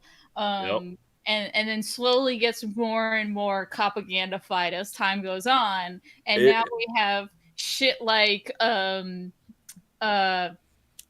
Grimm, where it's basically saying police brutality is okay because only cops know where the secret evil lies. I would really love to see or do a kind of deep dive into like the same way the U.S. bombing Hiroshima did to like people in Japan and how it's like referenced and like a lot of manga stuff and stuff like that. 9/11 did the exact same thing for us for the US. Oh yeah, you just Like- look like at you could- country music. Look at country music. Look at any kind of reactionary entertainment, which is like country, which is like music and entertainment, TV shows and shit like that. 24. Exactly what you meant with X Files was like, oh, it can't be about how the FBI sucks because it's not giving this idiot enough money. It's now how like cool it's like, okay, we believe you. We must stay together. There was this whole like Fringe is basically X-Files, but the government is good, actually. Yeah, I literally can't watch a lot of blockbusters that a lot of people are like, oh, it's just good, stupid fun. Because, all right, once again, this is a recurring theme. I'm old. And I remember the time before this fucking military worship bullshit, where every time you find somebody who has served in a military capacity, thank you for your service. Like, no, number one, I'm never fucking doing that because I understand what's underneath that. I understand the social pressure that has inspired doing that. It's to make military service attractive and to lend authority to people who serve, and makes it attractive to like little, stupid 17, 18, 19-year-olds, because forgive me, I love you, you're wonderful, you're stupid. We were all stupid at 17, 18, 19. It's just a fact. And fucking roll them into this machine that at the end of the fucking day does not give a shit about them, will use them as cannon fodder if it has to, and is primarily used to fight economic wars. I remember a time before the military sponsored halftime shows, before they gave movie makers access to aircraft carriers and tanks and shit, just for a good word and making sure the U.S. military looks good in the film. Oh, if you say something nice about us. Yeah, exactly. If you say, oh, thank goodness, here comes the SS Sniff My Fart to save us from the sea monster. Like, fuck that shit. All they have caps, the exact right shit. They have the exact right fucking bomb to get the Godzilla too. I fucking hate it with my entire fucking soul that every time you turn on like a NFL football game or like maybe certain college level football games, they have to have this whole salute the troops that the military is literally paying for because they know who's watching and they need more fucking warm bodies. I know that. And like, look, it's just one of us was from Texas and the other was from Oklahoma. We get it. We get it. The only reason I didn't try to join the Air Force... the only reason I basically didn't try to join the Air Force is because of Tokyo Pop. That sounds stupid, but it's true. That's adorable! Did you want to become like a rising star? Well, that's when they were doing the Rising Star of Manga thing, and I thought... and I never entered, but I thought, I want to do that, maybe. Because I was in the Junior Air Force ROTC. And that was my plan. I was gonna go in the Air Force and get my college paid for. That's what I kept being told. Like I gotta dig out the pictures of me marching. Oh my god! I almost got up to the rank where I got a gun. I almost got a gun. The Air Force seems like the chillest at the very least compared to the rest of the other two. But like, basically, I was like, I guess this is what I'm gonna do, and I got pretty good at it, and. Then I saw the Tokyo Pop Rising Stars of Manga thing. I'm like, wait, you could like actually make comics? Okay, I'll try that. Guys, I don't even know if I should say this, but I'm gonna say it because there are only 41 people here. All right. Okay. Long story short, if I could make my little avatar lean close to you and stare you down, I would. I have about 69,000 followers on Twitter right now, and that is not a flex. What I am saying now is I am almost hyper aware of how careful I need to be these days. Where it looks like I'm loose cannon as fuck and just saying whatever, that is the exact opposite. There is a site this is a horrible decision, but I found a site where you can plug in your Twitter name and it'll tell you the highest follower account followers you have. No. And that's hell. This way lies hell. It's hell. One day I decided I'm just going to see. And I plugged it in and I almost threw up. There were the kind of people who are following me now. It's like, okay, so this is what I can never talk shit about. This is what I can never talk shit about. I'm never going to say I don't like this. I recognize that like someone cool follows me that I'm like, oh shit. I've talked shit about some of your stuff before. Listen, Spike. You need to tell Lily Wachowski how No, much no, Amanda don't- and I love Jupiter Ascending. Yeah, Don't yeah. fucking do Jupiter it. Ascending rules. Why are you narking on me? But like Because everybody. we want Lily Wachowski to like us. Yeah. Oh my god. Jupiter No, Ascending is great. it's not just Genius me. decision to make that gun bark. A+ all around. You don't even know if that was Lily. That could have been Lana. I was watching the first time I watched the whole time I watched Jupiter Ascending was with some folks in Seattle. It was very fun, but they didn't really understand their setup when it comes to like sound and shit like that. So it was playing the early part of Jupiter Ascending, but they also had cable, and so they were like, "Oh, the TBS finished playing The Grinch, and it started to play Ghostbusters once." They're like, "Okay, fuck it, let's watch Jupiter Ascending. It's a crazy movie." I think I got the sound right. The part in Jupiter Ascending, the beginning where she has the baby on the boat, as soon as she, gives. It gives the final push for the baby. It's like a huge, insane, monstrous scream happens, and then fucking the Ghostbusters themes comes on while what's Mila Kunis is having a baby going da da da da da da da da da. She's not one having the baby. She's being born. Yeah, yes, the Ghostbusters theme started in because the fucking sound was still on the TBS or whatever was playing, and we were just like, "What's happening?" And then like the fucking song came on while like the storm and the opening was happening. It was the funniest. I was laughing on my fucking ass. Lynn, But- Jupiter but- Ascending is not. I love it. I can't guarantee you will love it. It's such a weird movie. It's I had a fun time watching it with the weird. I wish it was 3 movies. Originally, it was going to be 3 movies. I wish it was 3 movies. No, it's only perfect as one weird. But movie. where? No, but Real it would have quick, been though. so much better if we could have just had more weird shit. Where I was Alright, I'm going gonna- with this, I'm by the gonna way, hold- really quick. DJ Milky follows me. That's it. That's Who is that? Stu DJ Levy. Milky. I don't. I don't know who that I don't is. know who that If is. you No, Google I've- Stu Levy, I'm not going into No, it. He that's follows okay. me, No so idea now who it I is. watch my fucking mouth. I just like saying DJ Milky. DJ Milky. And yeah, it's just like so. There are See, things you should be like straight up- me and not know who anyone is. No, I don't gotta know keep on top of my shit. followers list. I like look at it from time to time, Lame. and I use that site from time to time to see who the top followers are. And it's like, oh, okay, just to be sure. May not What's care. the site? What's the site? I want to look. Oh, let me find Site. it. I'll spill the tea. Oh, shut up. I'll spill the tea. Yeah. Casey, Yeah. I saw that you're watching Barry. Yes, I am 3 episodes into Barry. I'm really liking it. I love NoHo Hank. I haven't He's gotten my to know Hank yet, but I like the sound of it. Oh no, he's the bald guy, so he's in every episode. That's okay. That's who that is. Okay, cool. Okay, yeah, no, he's fun. He's really good. yeah. Hey, check the Slack, um, Casey. I just Or not saw the it. Slack. I'm sorry, the Discord. Excuse me. I'm checking it out.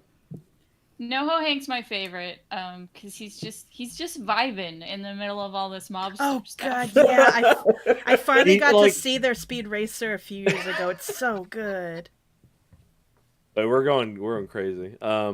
No. Hank, I like the alopecia guy, like the dude who Yeah. actually has alopecia. He seems chill. Yeah, he's my favorite. I'm only 3 into it. I watched the first one and was like, well, now I gotta watch the second one because they're getting me.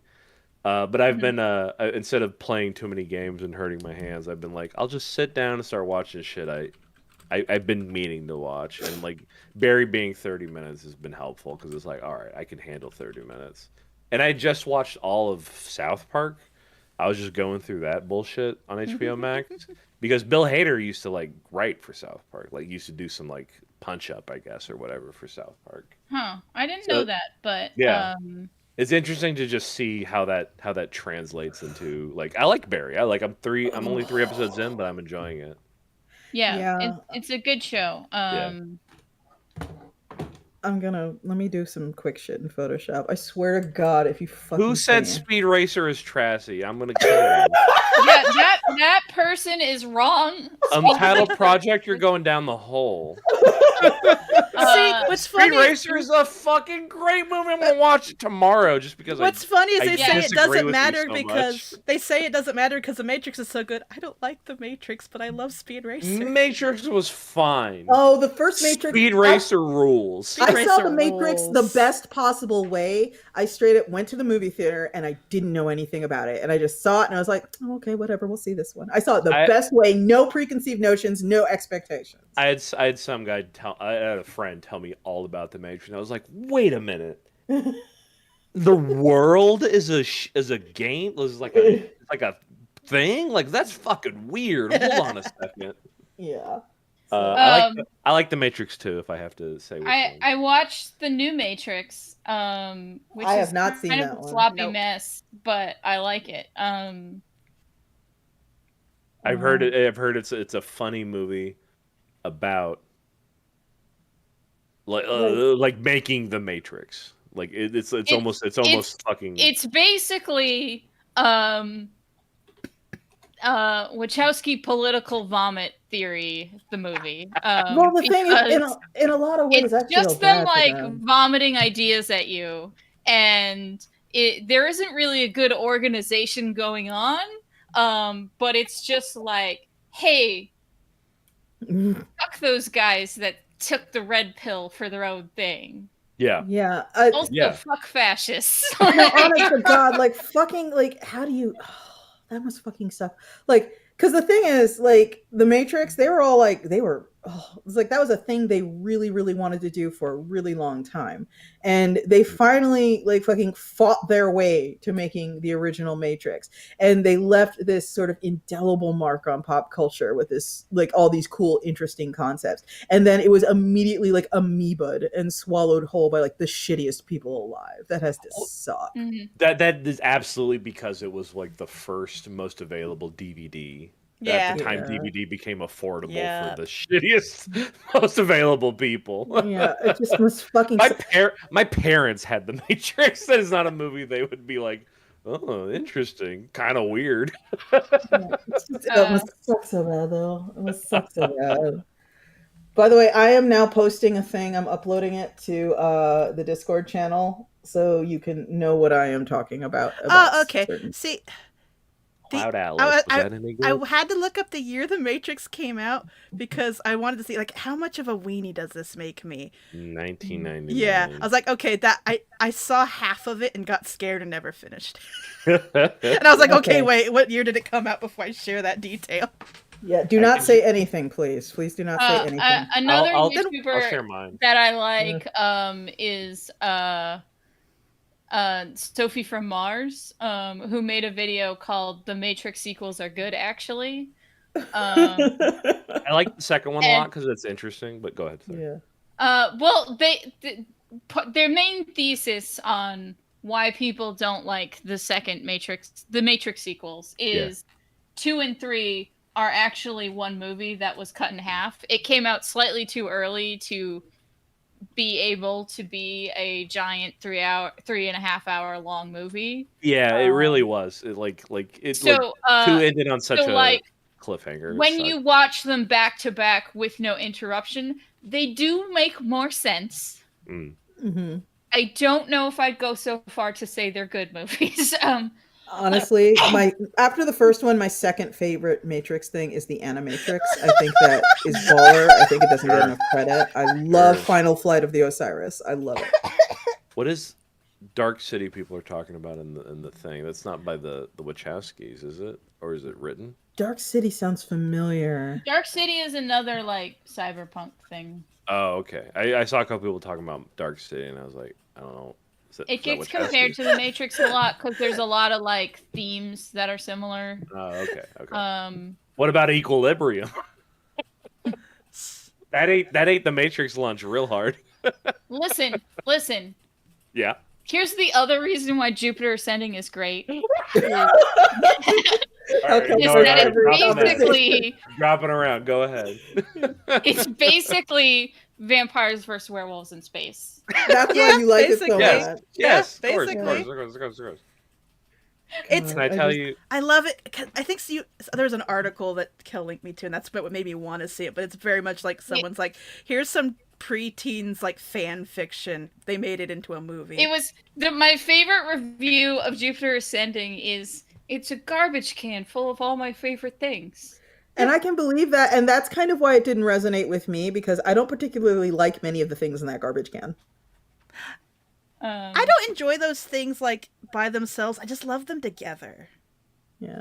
It was so Existence. Someone's, oh my god, Lynn, Existence. Oh, with the meat gun. rules. With the meat gun. I watched Videodrome twice. Shit, yeah, Videodrome. All hail the new Videodrome flesh. is so Shit, yeah. fucking good. I love Videodrome. I know Existence is probably not as like it doesn't have like the weird James Wood Z of it. Yeah. Like his fucking performance. But Existence, I remember being like, oh, this is like video game Videodrome. This rules. And then, oh my god, someone here, please jog my ancient memory. There's another movie that's kind of in the Existence Videodrome kind of like the bubble, where it's basically a future where a part of celebrity is selling your DNA. And so people will like pay thousands to get like your specific strain of herpes. Odd. I've never heard of that. It's so good. It's so good. I just can't remember the name. It's been so whips. long. Let me look it up. When Jupiter Ascending came out, I got in a lot of verbal arguments with people because I said I would rather rewatch Jupiter Ascending than rewatch Guardians of the Galaxy. It took me a minute. Antiviral. Title. It's called Antiviral. It's called Antiviral, and it's so fucking it's so good. Like it opens with a sales pitch for like the best salesperson this disease peddling company has, where he is talking to like a person who's obsessed with what feels like kind of a Taylor Swifty kind of figure, where he's all like, you see, what I recommend is you get it. Your fucking oral herpes sore, that you get it on this side of your lip, because it would be as if she had kissed you, because if you watch footage, when she's kissing people, she kisses them there. So it's like, this will put you closer to her than you will ever be in reality if you get her specific oral herpes strain on this side of your mouth. You're killing me, and the one thing I'm saying, the one screenshot I'm seeing from this movie is destroying me. I don't know if I can do it. I'm gonna download it later. It's by David Cronenberg's kid, Brandon Cronenberg. Oh, interesting. Yeah. Okay, well now I've got to watch it. I've been thinking about Cronenberg a lot lately, especially with his new one coming out. Sorry, I cracked up laughing for a while there. I kind of I did that Twitter follower thing, and just one of the people on the list just had a name that was really funny, and it made me laugh way harder than it should have. Post your results in the Discord. I want to see them. I want to tell mine, but Cal, please. Sorry. Go ahead. Yeah. I forgot what I was gonna say. I'm sorry. I'm sorry. We're sorry. Antiviral. No, the person's name was just 50 Shades of Way, and that made me laugh really hard. Let me tell y'all mine. This is interesting. Okay. Nickelodeon is number one. Whoa. Nick follows me online. 3 million followers. Some guy named Cal Naga. Kal? Kalnaga, and then he has his name spelled actor, a producer, and director. Yeah, he's got like a top knot. Weird. Oh wow, 2 million followers. Look at what has he done? Crypto, NFT, blockchain. Well, then it's fucking let me block his dumbass real quick. It's important to audit. What a dumbass. Actor, producer, director from Egypt and in California, engineer, crypto NFT. Sorry, Cal, I do not give a shit about crypto NFT. Plus, I can't read, like, half your tweets are in your Egyptian language, which is fine. But you know what? Like Egypt, no, I'm sorry, NFT shit. I'm sorry, I gotta like you're ruining my fucking shit. I'm gonna block you. I'm sorry, buddy. After that is Variety. Wow! Shit! Variety fucking follows me. I never knew that. I barely fucking check them out. Oh, I want to be in Variety one day. Shock G Forever. Shock G, is that a rapper? Beats by Assassin, actor, director, graphic artist, rapper, producer. Yeah. Shock G, Humpty, Tupac, Digital Underground. Wait the fucking minute. See? You see what dance rules. Hold on a fucking second. Shakchi forever follows you. Holy He fuck! The Humpty Dance follows he you. follows 2.7 million people. Oh, okay. That's not as great, but it's still cool. That's cool. I was like, Shakchi, I know that name. Humpty. Game Grumps is number 5. Oh. I'll always profess my love for Game Grumps. They're still good boys. Marquise. Well, I'm trying to look them up while I'm saying it out loud. I'm sorry. No, you're good. See, I fucking love making people do this. because they're- Marquis Trill Crypto. Oh fuck. Oh, no! Oh, I'm so sorry. I'm so sorry. Other crypto idiots. His fucking at sign is at 6 billion people. Fuck you. Yeah, this is an experience. That's why I fucking love making people do this. I am blocking him immediately. Last one, wildly interesting is Drill. Wow. Drill Mr. Too Damn Weirdo. With his Damn, 1 million followers. And Drill only follows like 378 people. That's because I'm like, look, we You are work hot together. shit. We're good. Let me see if I can if it gives me a new follower now that I blocked those idiots. Yeah, it will, but I think you can only like run the test every week or something. You want an odd? I don't. Well, would you like to know who my most famous follower is? Absolutely, absolutely. H Bomber guy. Oh, Hell yes. He's my number Love 4. H mommy. I'm gonna look and see if he follows me. What else you got? Probably. If he doesn't follow me, I'm gonna feel. Oh yeah, we follow each other. I forgot. Okay. It's just oh god, there are times straight up. There was where there was lot a of these brief folks, time. Go ahead. Sorry, there's a brief time where me and H Bomb were talking over DMs for a while, and that was also when I was taking a lot of rat photos. And Twitter does that thing where if you want to tweet a picture, it suggests people. And there was like a year because I don't DM a lot of people. So if you were like my most recent DM, that happened to be him for like a whole year because I just don't DM people. And it was for a whole year my phone was trying to send him rat photos and I had to stop it every time. Like, no, stop it. Oh, he probably enjoyed them. He probably would. No, he probably would. But I was just like, phone, stop defaulting to this. I never picked that option. Yeah, it's so fucking weird. I can try again in 900 seconds. So give me let's keep going for 3 more minutes. I'm followed. Oh, cool! I'm followed by Slimy Swamp Ghost. Hell yeah! I don't know why. I remember the first. Oh, good. I like this. This Is so fucking Hell like. yeah. This is so star humpy. That's better But like than all I remember y'all's. the first person who I noticed who followed me who was famous, and like I almost prefaced that with like I consider them famous, but no, they're famous. Saul Williams, and I was like paralyzed. He is a musician. Tell me who that is again. that? Saul Williams. Saul Williams is a musician. Mm-hmm. He made a song, like his big thing people have probably heard of is List of Demands, which was on MTV in heavy rotation like a decade plus back. Right. But he's so fucking also Black Stacy. He did a really great song called Black Stacy, which I fucking love. Cool. And he's so good. Just everyone here, just go Google Saul Williams Black Stacy and just watch the videos. Yeah, he's so fucking I love horror artist Twitter crowd. That's the best side of Twitter. But yeah, he followed me and I was like paralyzed for a week because I was like so paranoid. Like Saul Williams follows me. I can't be a fucking dickhole in front of Saul Williams. I can't be horny on Maine anymore in front of Saul Williams. Fuck that. And like Matt, I think it was Matt, my husband. Be horny.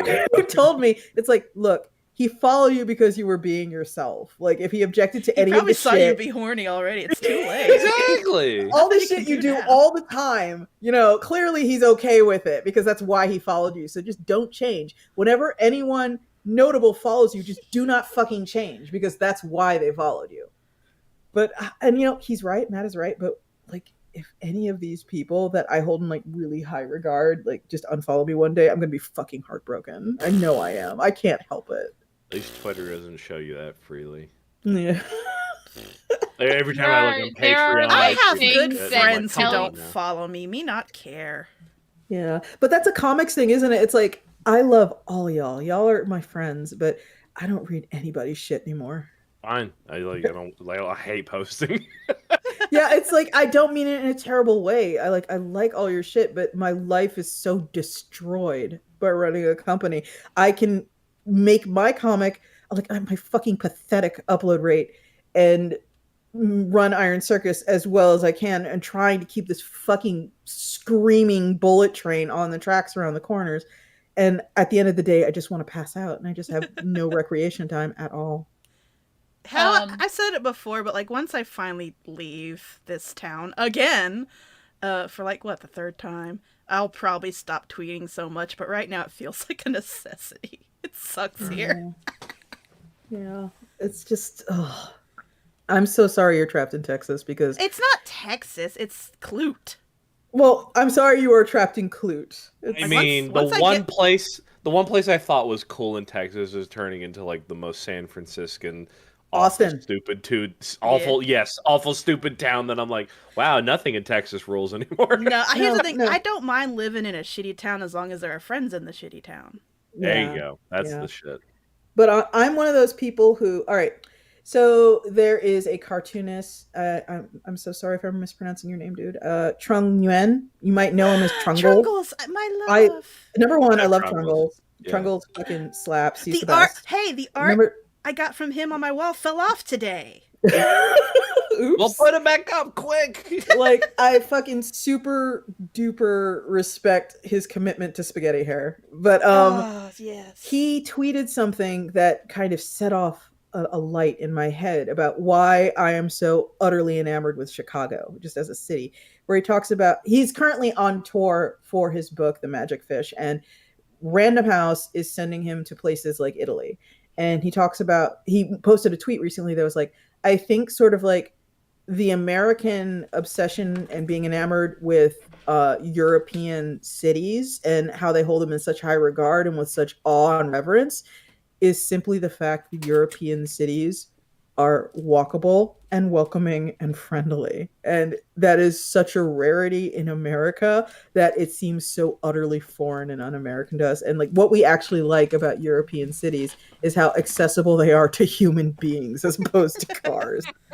And he's fucking right. And I think that's part of my love for Chicago. I live in a place where I walk literally everywhere. And I have never had that before I moved here. I miss here. walking. I remember Chicago being the first city I've been a part of that was like, oh, no one gives a shit about who you are. Oh yeah, yeah. I lived in central Oklahoma, and maybe you can understand Amanda, but it's like there's like a very simple understanding of like you hold the door open, you say hello, you nod your head, simple like that, you know. Just simple little things. Yes, sir. I don't have to be fucking friends with people, but I'll be polite to the point where no one bothers me, and like, you know, vice versa. Yeah, I've lived here 10 years, and I only know like 4 or 5 of my neighbors. Oh my god! The first time I left Texas, I went to England, and I'm so used to like making small talk with cashiers and stuff. That I would do that. I would just be like, yes, how's your day? And they would just like give me the coldest stares, and I would like, okay, I'm leaving, bye. Shit. Yeah. That's actually a thing. None of your business. See, I had the opposite thing, Amanda, growing up in Boston and then going to college in Savannah, Georgia. And the cashier trying to small talk me while I'm buying coffee. And it's like, how's your day going? And I'm like, fine. Why do you want to know? Like, why are you talking to me? This transaction is done. What is going on here? Yeah, what's your secondary? I just want my coffee. Leave me alone. What's your secondary vibe? I've actually, see, the thing is, I've heard of Europeans who visit America and they are just like, their brains they get squirrely because of the way cashiers and like wait staff treat them. Because they say, they're always asking me, how am I doing? And it's like, what's their angle? What's their angle? And like an American needs to explain to them, no, they want an answer. You answer them. You say, I'm doing great, thanks. How are you? Doing all right. Yeah. I've said to a couple of people in like the grocery store, like, doing actually shit today. And they're like, same.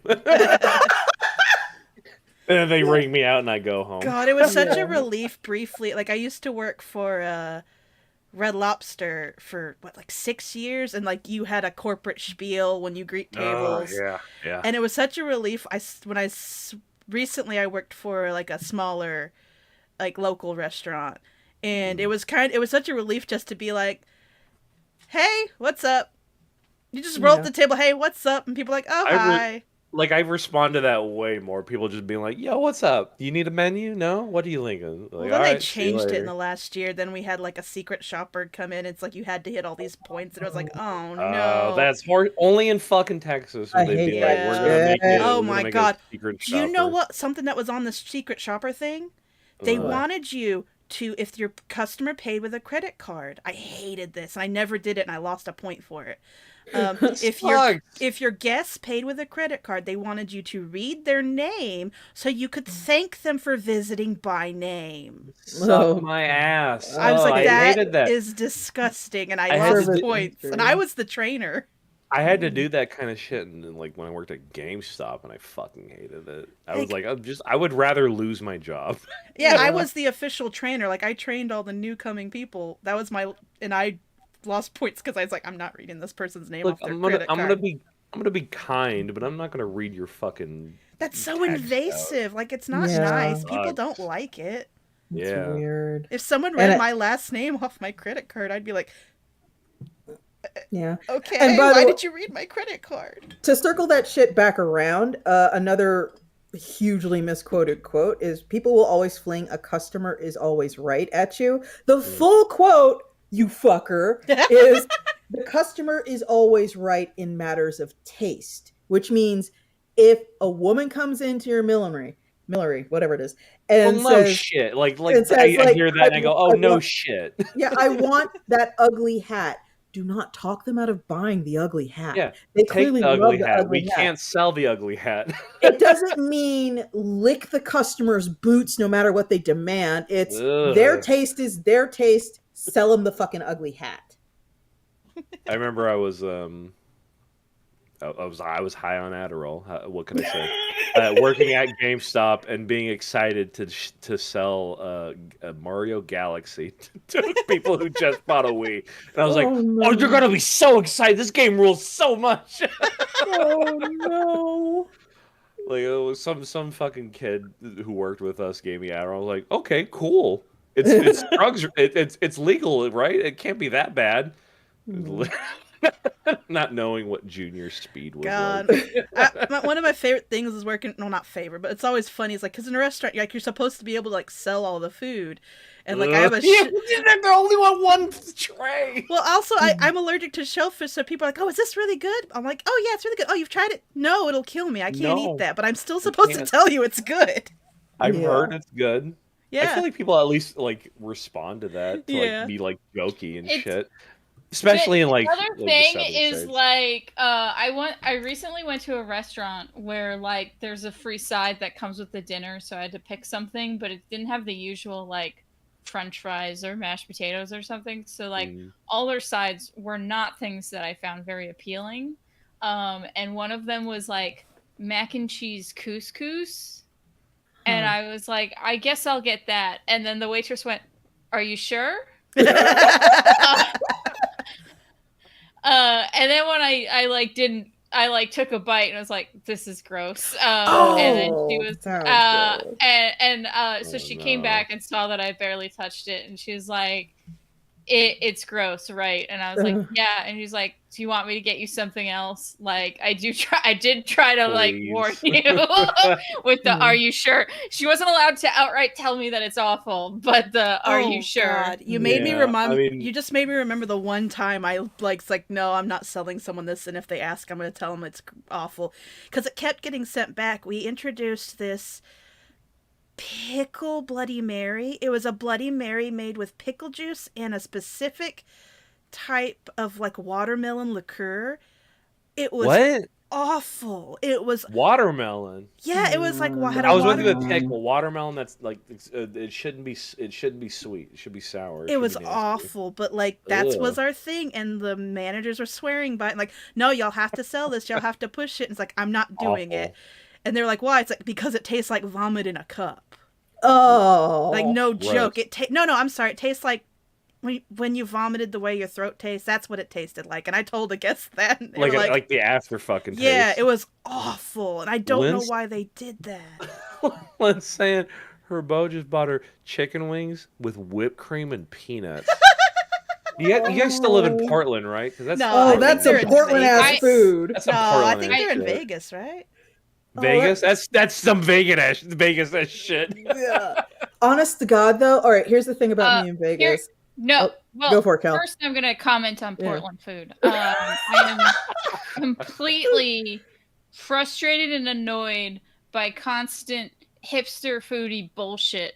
God, Like, me too. God, me going too. to ice cream place and they have strawberry vinaigrette, What? I try it. but they don't have chocolate.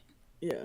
Oh. Yeah. Oh, is Like, there salt so they and have straw in all these Portland? like look at how quirky we are flavors that are like I just want some fucking regular ice cream. I get that, goddammit. but like, there's so many ice cream places in Portland that like you can just walk a little bit, you'll get to the one with the chocolate. So is this salt and straw you're talking about?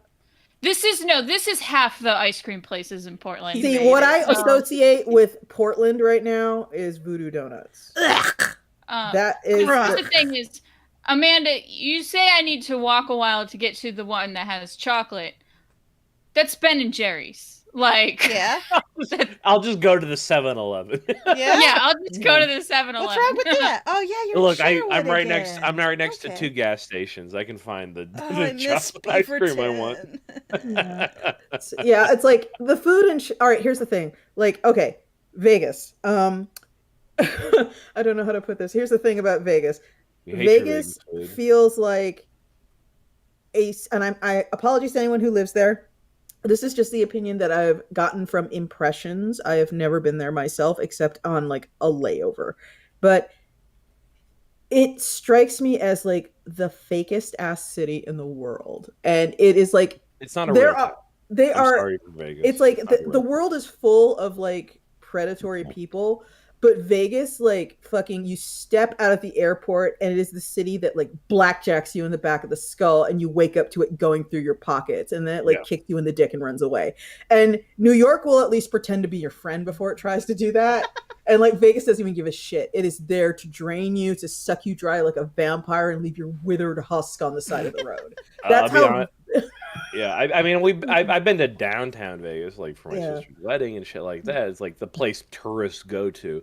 Yeah. And I know there's a place where people grow up and shit in Vegas. But, like, I haven't seen that. I've never seen that. Yeah. Like it just seems like they just grow up to be as weird and shitty as the people who actually work in Vegas. Everything there feels like a huge fucking scam. Never like, been. Gotta take Like Cal's word on if it. there's something there, I haven't seen it. Like maybe Yeah. there's something there, like those weirdos who talk about Coney Island all the time. You see those those YouTubes of like the fucking like mayor of Coney Island, just some crazy guys like are I'm you Joe talking about Biden. side talk? Side talk Side talk. NYC. Happy Thanksgiving, dickheads! Bing bong! Bing bang. Yeah. Yeah, bing bong! I fucking love that shit. Okay, But that yeah. at least is like okay, people lived there. Yeah. Las Vegas is like I haven't With seen the these yellow folks. foams on. Like I haven't seen like I'm subscribed to their fucking channel. Oh, same. Love it. I know someone who used to teach high school in Vegas. Oh, Yeah, how did that so go? fucking weird. He said that was go? maybe the most depressing job he's ever Wow. had. I can JV's believe friend it. grew up there. I can Oh. imagine that, but it's like how does it? Because That's it's gotta be like- it. Yeah, go ahead. Especially because he was teaching seniors. Uh-huh. So it's like you're They're trying to clocked out. tell a senior that their education is important and school is important. They're seeing how the And world they're works like- right outside. And then they're like, yeah, but I could go dance on a stripper pole and make more Right. money. Yeah. Like, I if I ditch class, like I could learn how to count cards and not get caught. This Yeah. time I won't get caught. Not this time. This time it'll be different. This time will be different. I It's will not make the same mistake those last people did. like So yeah, and so it's specifically like, hey, if I ditch this class, I would make more in an hour than you did all day. Like, Yeah. it's fucking, like part of the I do want to go to Vegas at least once, the same way I want to go to like the Grand Canyon at least once. I know what to expect. It's a big hole in the ground, but I want to see it. it's very Vegas is pretty. also, Vegas is also a hole in the ground in its own way. But Oh yeah, I mean it's I want fun. to go. Vegas is And Vegas. Where are you gonna go? my perpetual excuse right now is they have a licensing show there every year, which is so perfectly suited to this city because it's like this convention of like bloodsuckers and nightmares. Never not a convention. It's you go there and basically, like a great example would be the biggest booth belongs in, from what I have seen from the walkthroughs, belongs to the company that represents the estates of famous dead people. And so you are immediately greeted by like the ghoulish vision of like the Ramones and Marilyn Monroe and Michael Jackson and Elvis Presley. Sure. And it's all like, here's a Swarovski crystal Marilyn Monroe clutch. Here's an Elvis bobblehead. Here's this. Here's a John Lennon, distressed jean jacket. Wait. Buy. So the theme of is it people who have licenses of things selling things, or is it people offering licenses? Both. Oh, okay. Both. And so you will see things like a company from Korea who has decided they're like a Hello Kitty knockoff company. They're going to decide they're going to make their great big push into North America. So they have a booth. Doki Doki has a booth. Care Bears have a booth. People like that. They just want to talk to the people who want to make coffee mugs, t-shirts, roller skates, backpacks of their characters.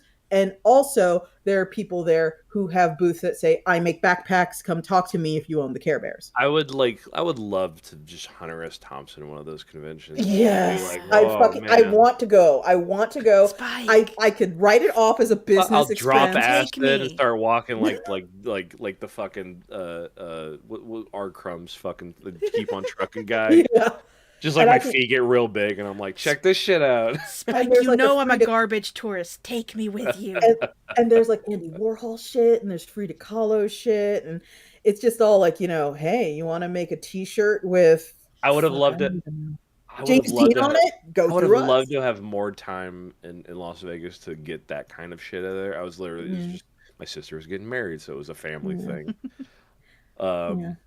I would have loved to have sat there and been like, holy shit, look at this. Yeah, if you go and look on YouTube, folks, there is going to be, if you go Las Vegas licensing show, you will find people who are doing walkthroughs. And it's kind of fun because some of the walkthroughs are hosted by an older woman who gets in free, and she's not super aware of pop culture.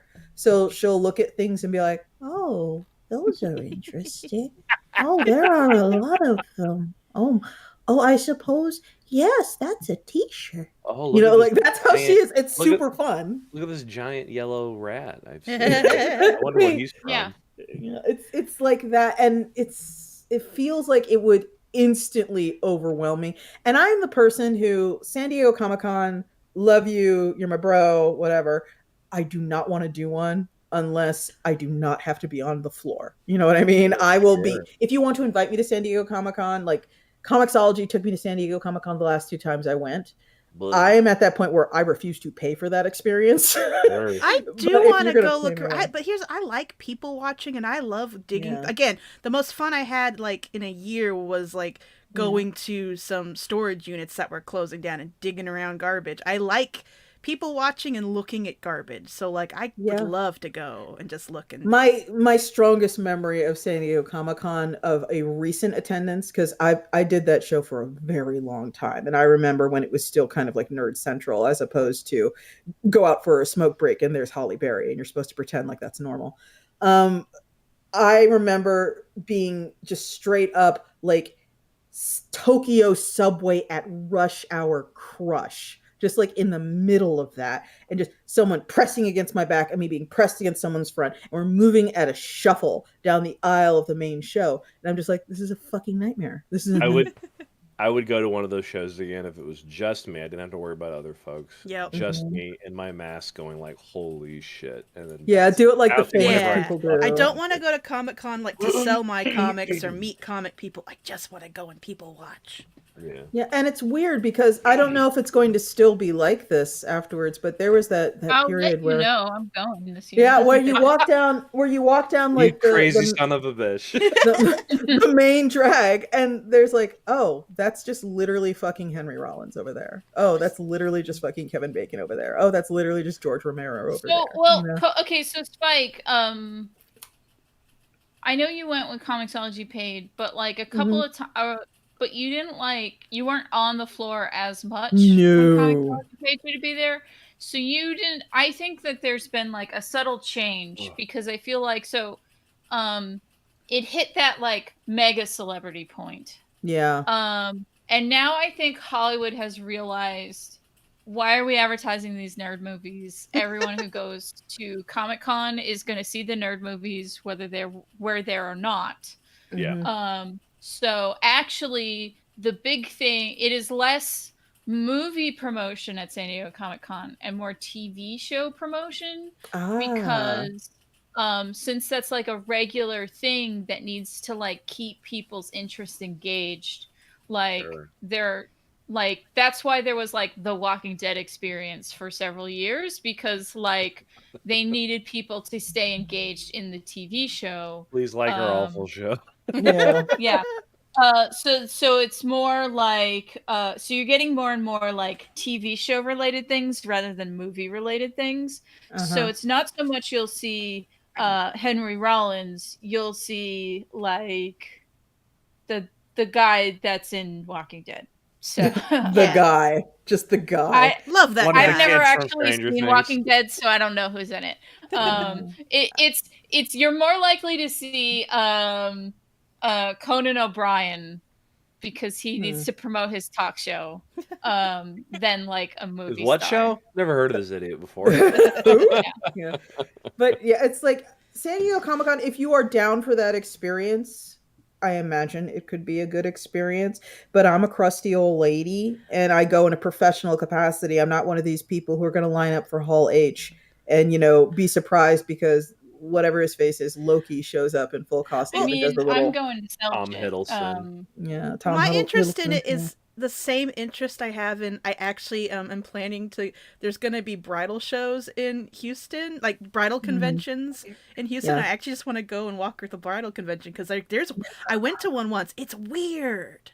Yeah, there's actually a show that's very close to us. We didn't realize this until we started watching a certain kind of YouTuber that is like the biggest reptile show in the United States, where it's just people show up with boxes full of fucking snakes. And Hell Matt and I yeah. have occasionally like looked at each other. It's like, we should make a day of it. One of these wanna days go. when I'd the rather go to a pandemic fucking isn't... snake show than Yeah. the comic show. Just I'd like rather go giant to ass- fucking these because, sick like, ass snakes. I won't get into it. It's way off topic, but like snake people are very, very different from like dog and cat people because it seems snake people, when they get super into it, they own like 15.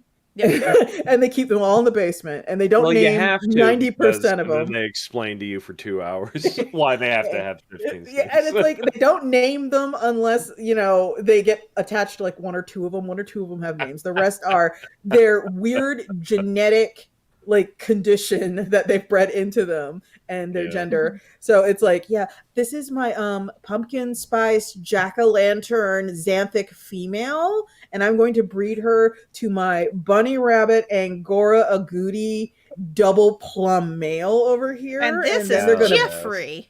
And this is Jeffrey. Yeah. And like snakes look fucking weird now. They look weird because ball pythons can like come in any fucking color. It's so... Did you know there are ball pythons they have bred without scales? No scales. It's very so they're weird. like dicks. They're just dicks. They're just like That's cold worms. dicks. That's just giant like... worms. That's tremors. And it's like all... Ma'am, you got competition. tremors. My favorite thing. Okay, not my favorite thing. Yeah, it's also, the so show weird. is Well, pushing 2 tremors hours was pretty right now. good. The show's Yeah. pushing 2 hours right now. But I do All want to right. say one of my it's actually horrifying, but one of my favorite things is snake keepers who keep lots of venomous snakes can develop sensitivities to their venom because snake spit kind of has traces of venom in it, and that can just like basically Luffy from One Piece. Yep. And that can end up like everywhere, and you can slowly become sensitive to it so that maybe the one time your snake bites you, it wouldn't be fatal to a normal person, but it'll be fatal to you, even though it was the first bite, because you become sensitive to that venom. It's wild. I follow an Luffy is absolute poison free nowadays. I follow a person who poison free. See, if I fucking share him, y'all are gonna make fun of me because you're like, Spike, don't. who the boys you like are disgusting. But I follow this one guy because he was. I mean, anyone who hears this will know automatically who. He was a contestant on Ink Master, and I thought he was cute, and so I hunted him down on YouTube because I'm a disgusting old woman, and he promptly got like half of a finger bitten off by a cobra. And it was just on Ink Master? Not Ink Master, on his YouTube. He is friends. All right. Anyone here who has watched Tiger King, the name Doc Antle is going to be familiar to you. He is friends with Doc Antle. So that's how deep this dude is into the exotics sort of thing. But he was taking pictures for the gram of him handling a cobra, like a hooded up, straight up, real deal cobra, and it bit his ass, and now he has half a finger. And it's one of those things where he has learned. I mean, that's what happens. Nothing. Yeah. He has learned nothing. If it's been 2 hours, we maybe should chill. Yeah. Okay. But also, I got one thing to lead us out on. Go for it. I got my famous followers. I got my new results after I banned those idiots. So I have two more pretty interesting takes. One of them I don't know. It's a journalist. She goes by Soledad O'Brien. Oh my fucking god! You are followed by Soledad O'Brien. Well, I figured someone might know her. I do not. Yeah, I'm pretty sure that's a former CNN anchor. Oh my god. Cool. Okay, she follows me. Wow, cool for if you. That is her. Okay, the other one that I'm more excited about is Korn, the band. Yes! Fucking yes! That's amazing! The band Korn follows me. Yes! That's pretty sick. I'm gonna listen to some Korn tomorrow. That's pretty good. All my famous followers were not interesting except for H Bomber Guy. H Bomber Guy rules nonetheless. Yeah, perpetually interesting. H Bomber. I shared mine. Mine are interesting, but like I love them all for me. Yeah. I don't care if y'all know. What's very funny is so H Bomber Guy is going to be in the next Iron Circus anthology. Oh yeah. And that's already announced. What's that anthology called? Failure to Launch. Let's go. But so I was talking to him about his script, and then I asked him like, so do you have any questions? And then he goes, what's Ryan North's story going to be about? Yeah, we've got stuff going on behind the scenes over here, including stuff I think will make you all very, very happy. It was just very funny because he's like, what's Ryan North's doing? But but I have toned 3 pages about my gay werewolves in the future. While you've been doing this, you mean? Yeah. No, just in general this year. This year. But usually what we do at this point, Casey, is we do an outro where we talk about what we're working on and where people can find us. You wanna lead us off? Yes, please. I'm still. I guess the main thing I'm doing is funny online animals. It's just a good strip. Comics Kingdom. It's on Comics Kingdom by King Comics. King Features, excuse me. But it's also available at funnyonlineanimals.com. The full archive's there. I upload it once a month, and I just realized that is not in my contract to not be able to just post them on social media because no one fucking clicks links, and I was like, why am I doing this if no one's reading it? Anyway, Funny Online Animals. Otherwise, go to caseygreen.com. You'll find more of my work. I love you. Okay. Everyone, please subscribe to the Iron Circus Comics YouTube so you can catch whenever we upload one of these. We do them once a week on Thursdays at 8 Central. And also follow me on Twitch, Kel McDonald on Twitch, and I'm usually drawing while we do those do these. Yeah, if so you you'll want have something to slightly look at. different visual. Yeah. Yeah. Other than our flapping heads. Get some And drawing. so I'm gonna very quickly thank Nervous Hair, Serious for Sailboat, Serious Sailboats for Real, Sakura Pink, and Ezer for following me while we streamed. Oh shit! Let me yeah. see if I got any. So, yeah, well, I already also- got Soledad. I'll thank Soledad Yeah. and Corn for following me. Yeah, so please follow the Iron Circus YouTube and hit the little bell so every time we go live, you hear about it. I am Spike. Amanda, put that gun away. I am Spike. I am on Twitter at iron_spike. You can also find me on Pillow Fort, where I actually upload a comic called Blacada, which is about little hairy elves going through it. It's at pillowfort.social/ironspike, all one word. I also run Iron Circus Comics, ironcircus.com. We currently are having a big-ass Pride Month sale where all of our comics with queer characters and themes are 33% off. That ends at the end of June. So get yourself some cheap comics while you can. Also ending in about a week's time is the CNU, our crowdfunding project. Just go to ironcircus.com and you can click it at the very top on the hero graphic about a big titty goth girl and her mermaid girlfriend. No, Yo, Yes. hold on. you Say have what? to stop What's that selling about? it like that. She's not a big. We had this conversation. She's not goth or she's not big titty. She's goth, but she doesn't have big titties, and big titty goth girl also implies an archetype that this girl doesn't fit. All right. She's like all a right. Garth. Say. She's like a sweet. I'll let goth goth. I'll let goth. marshmallow.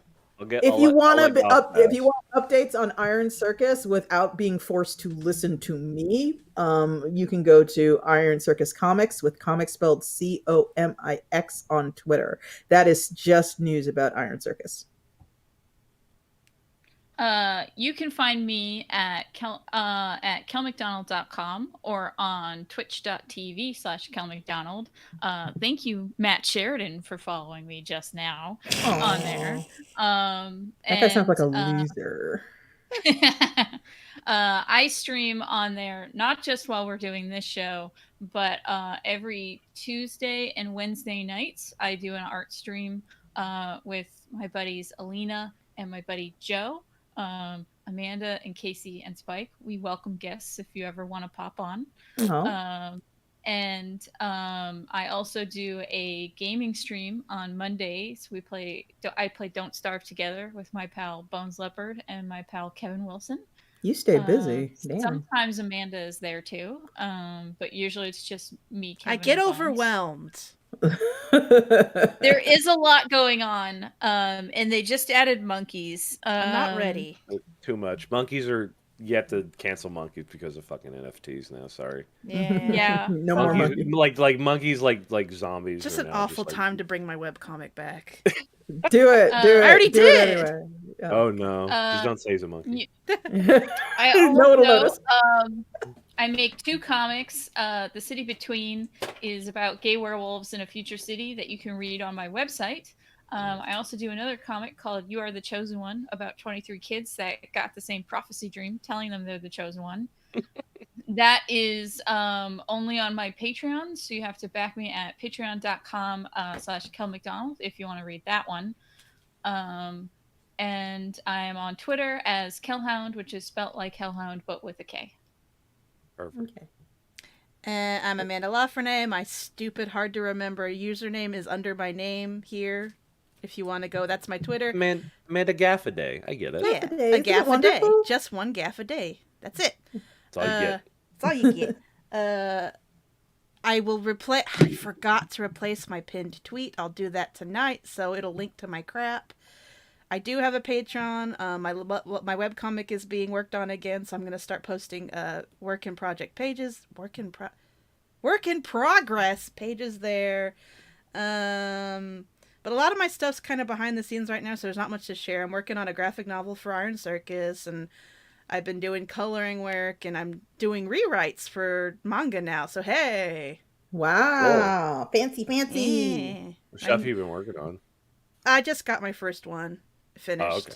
It's really Yeah, good. it's It's like not- about this like brood lady who gets like horny for a Birdman. It's great. Naturally. It might not be announced yet, so don't say that. I didn't Okay, say okay. nothing. Don't worry. All right. Don't worry. Yeah. Nothing. Cool. I say nothing incriminating. Anyway, that's my I, shit. I've been Okay. very more invested in like the weirdness and interestingness of manga stuff recently. So it's like, all right, let's go. What's this one's about? Is another cat one about a cat being something? Like there's 3 Cat of them in a massage row here. parlor is fucking great. I was thinking more of like the cat master is sad, or There's the one. cat man is depressed again. Yeah, there's one that I've been meaning to get. It has one of those hilarious, super descriptive titles. I think Yep. it's a Seven Seas one where it's like about a salaryman who is incredibly shy and incredibly introverted, and so he is a virgin at age 30, and he has developed psychic powers because apparently a great secret of the world is if you're a virgin at age 30, you suddenly become able to read minds. Shit, I would have held And out. he I realizes, wish that was fucking true. Jesus. and he This realizes would be a lot more fun to live, be alive. he realizes that his superior at work is having non-stop, incredibly erotic, filthy fantasies about him the entire time. So he's like in a meeting with this other guy, and the guy's like, okay, yeah, the figures on chart 5A, we need you to turn in and like all he can see is this dude just fucking raw dogging him in like the bathroom. I think we should leave it. I think we should leave Yes. it at Perfect manga. closer. Manga fucking rules. Manga Manga's the rules. best. Thank you, Japan. Manga fucking I rules. did it, Comics Mom. are My awesome. name's gonna be in a real ass manga, kind of. I wish Hmm. comics were as cool as manga. God, It's- yeah. Hold out. One day we'll be the oldest of old farts in comics, and we'll be able to shake our canes at the whippersnappers Let's and make talk about. Spike before we leave. We gotta make Garo too. Yes, absolutely. All right, I'm gonna end this.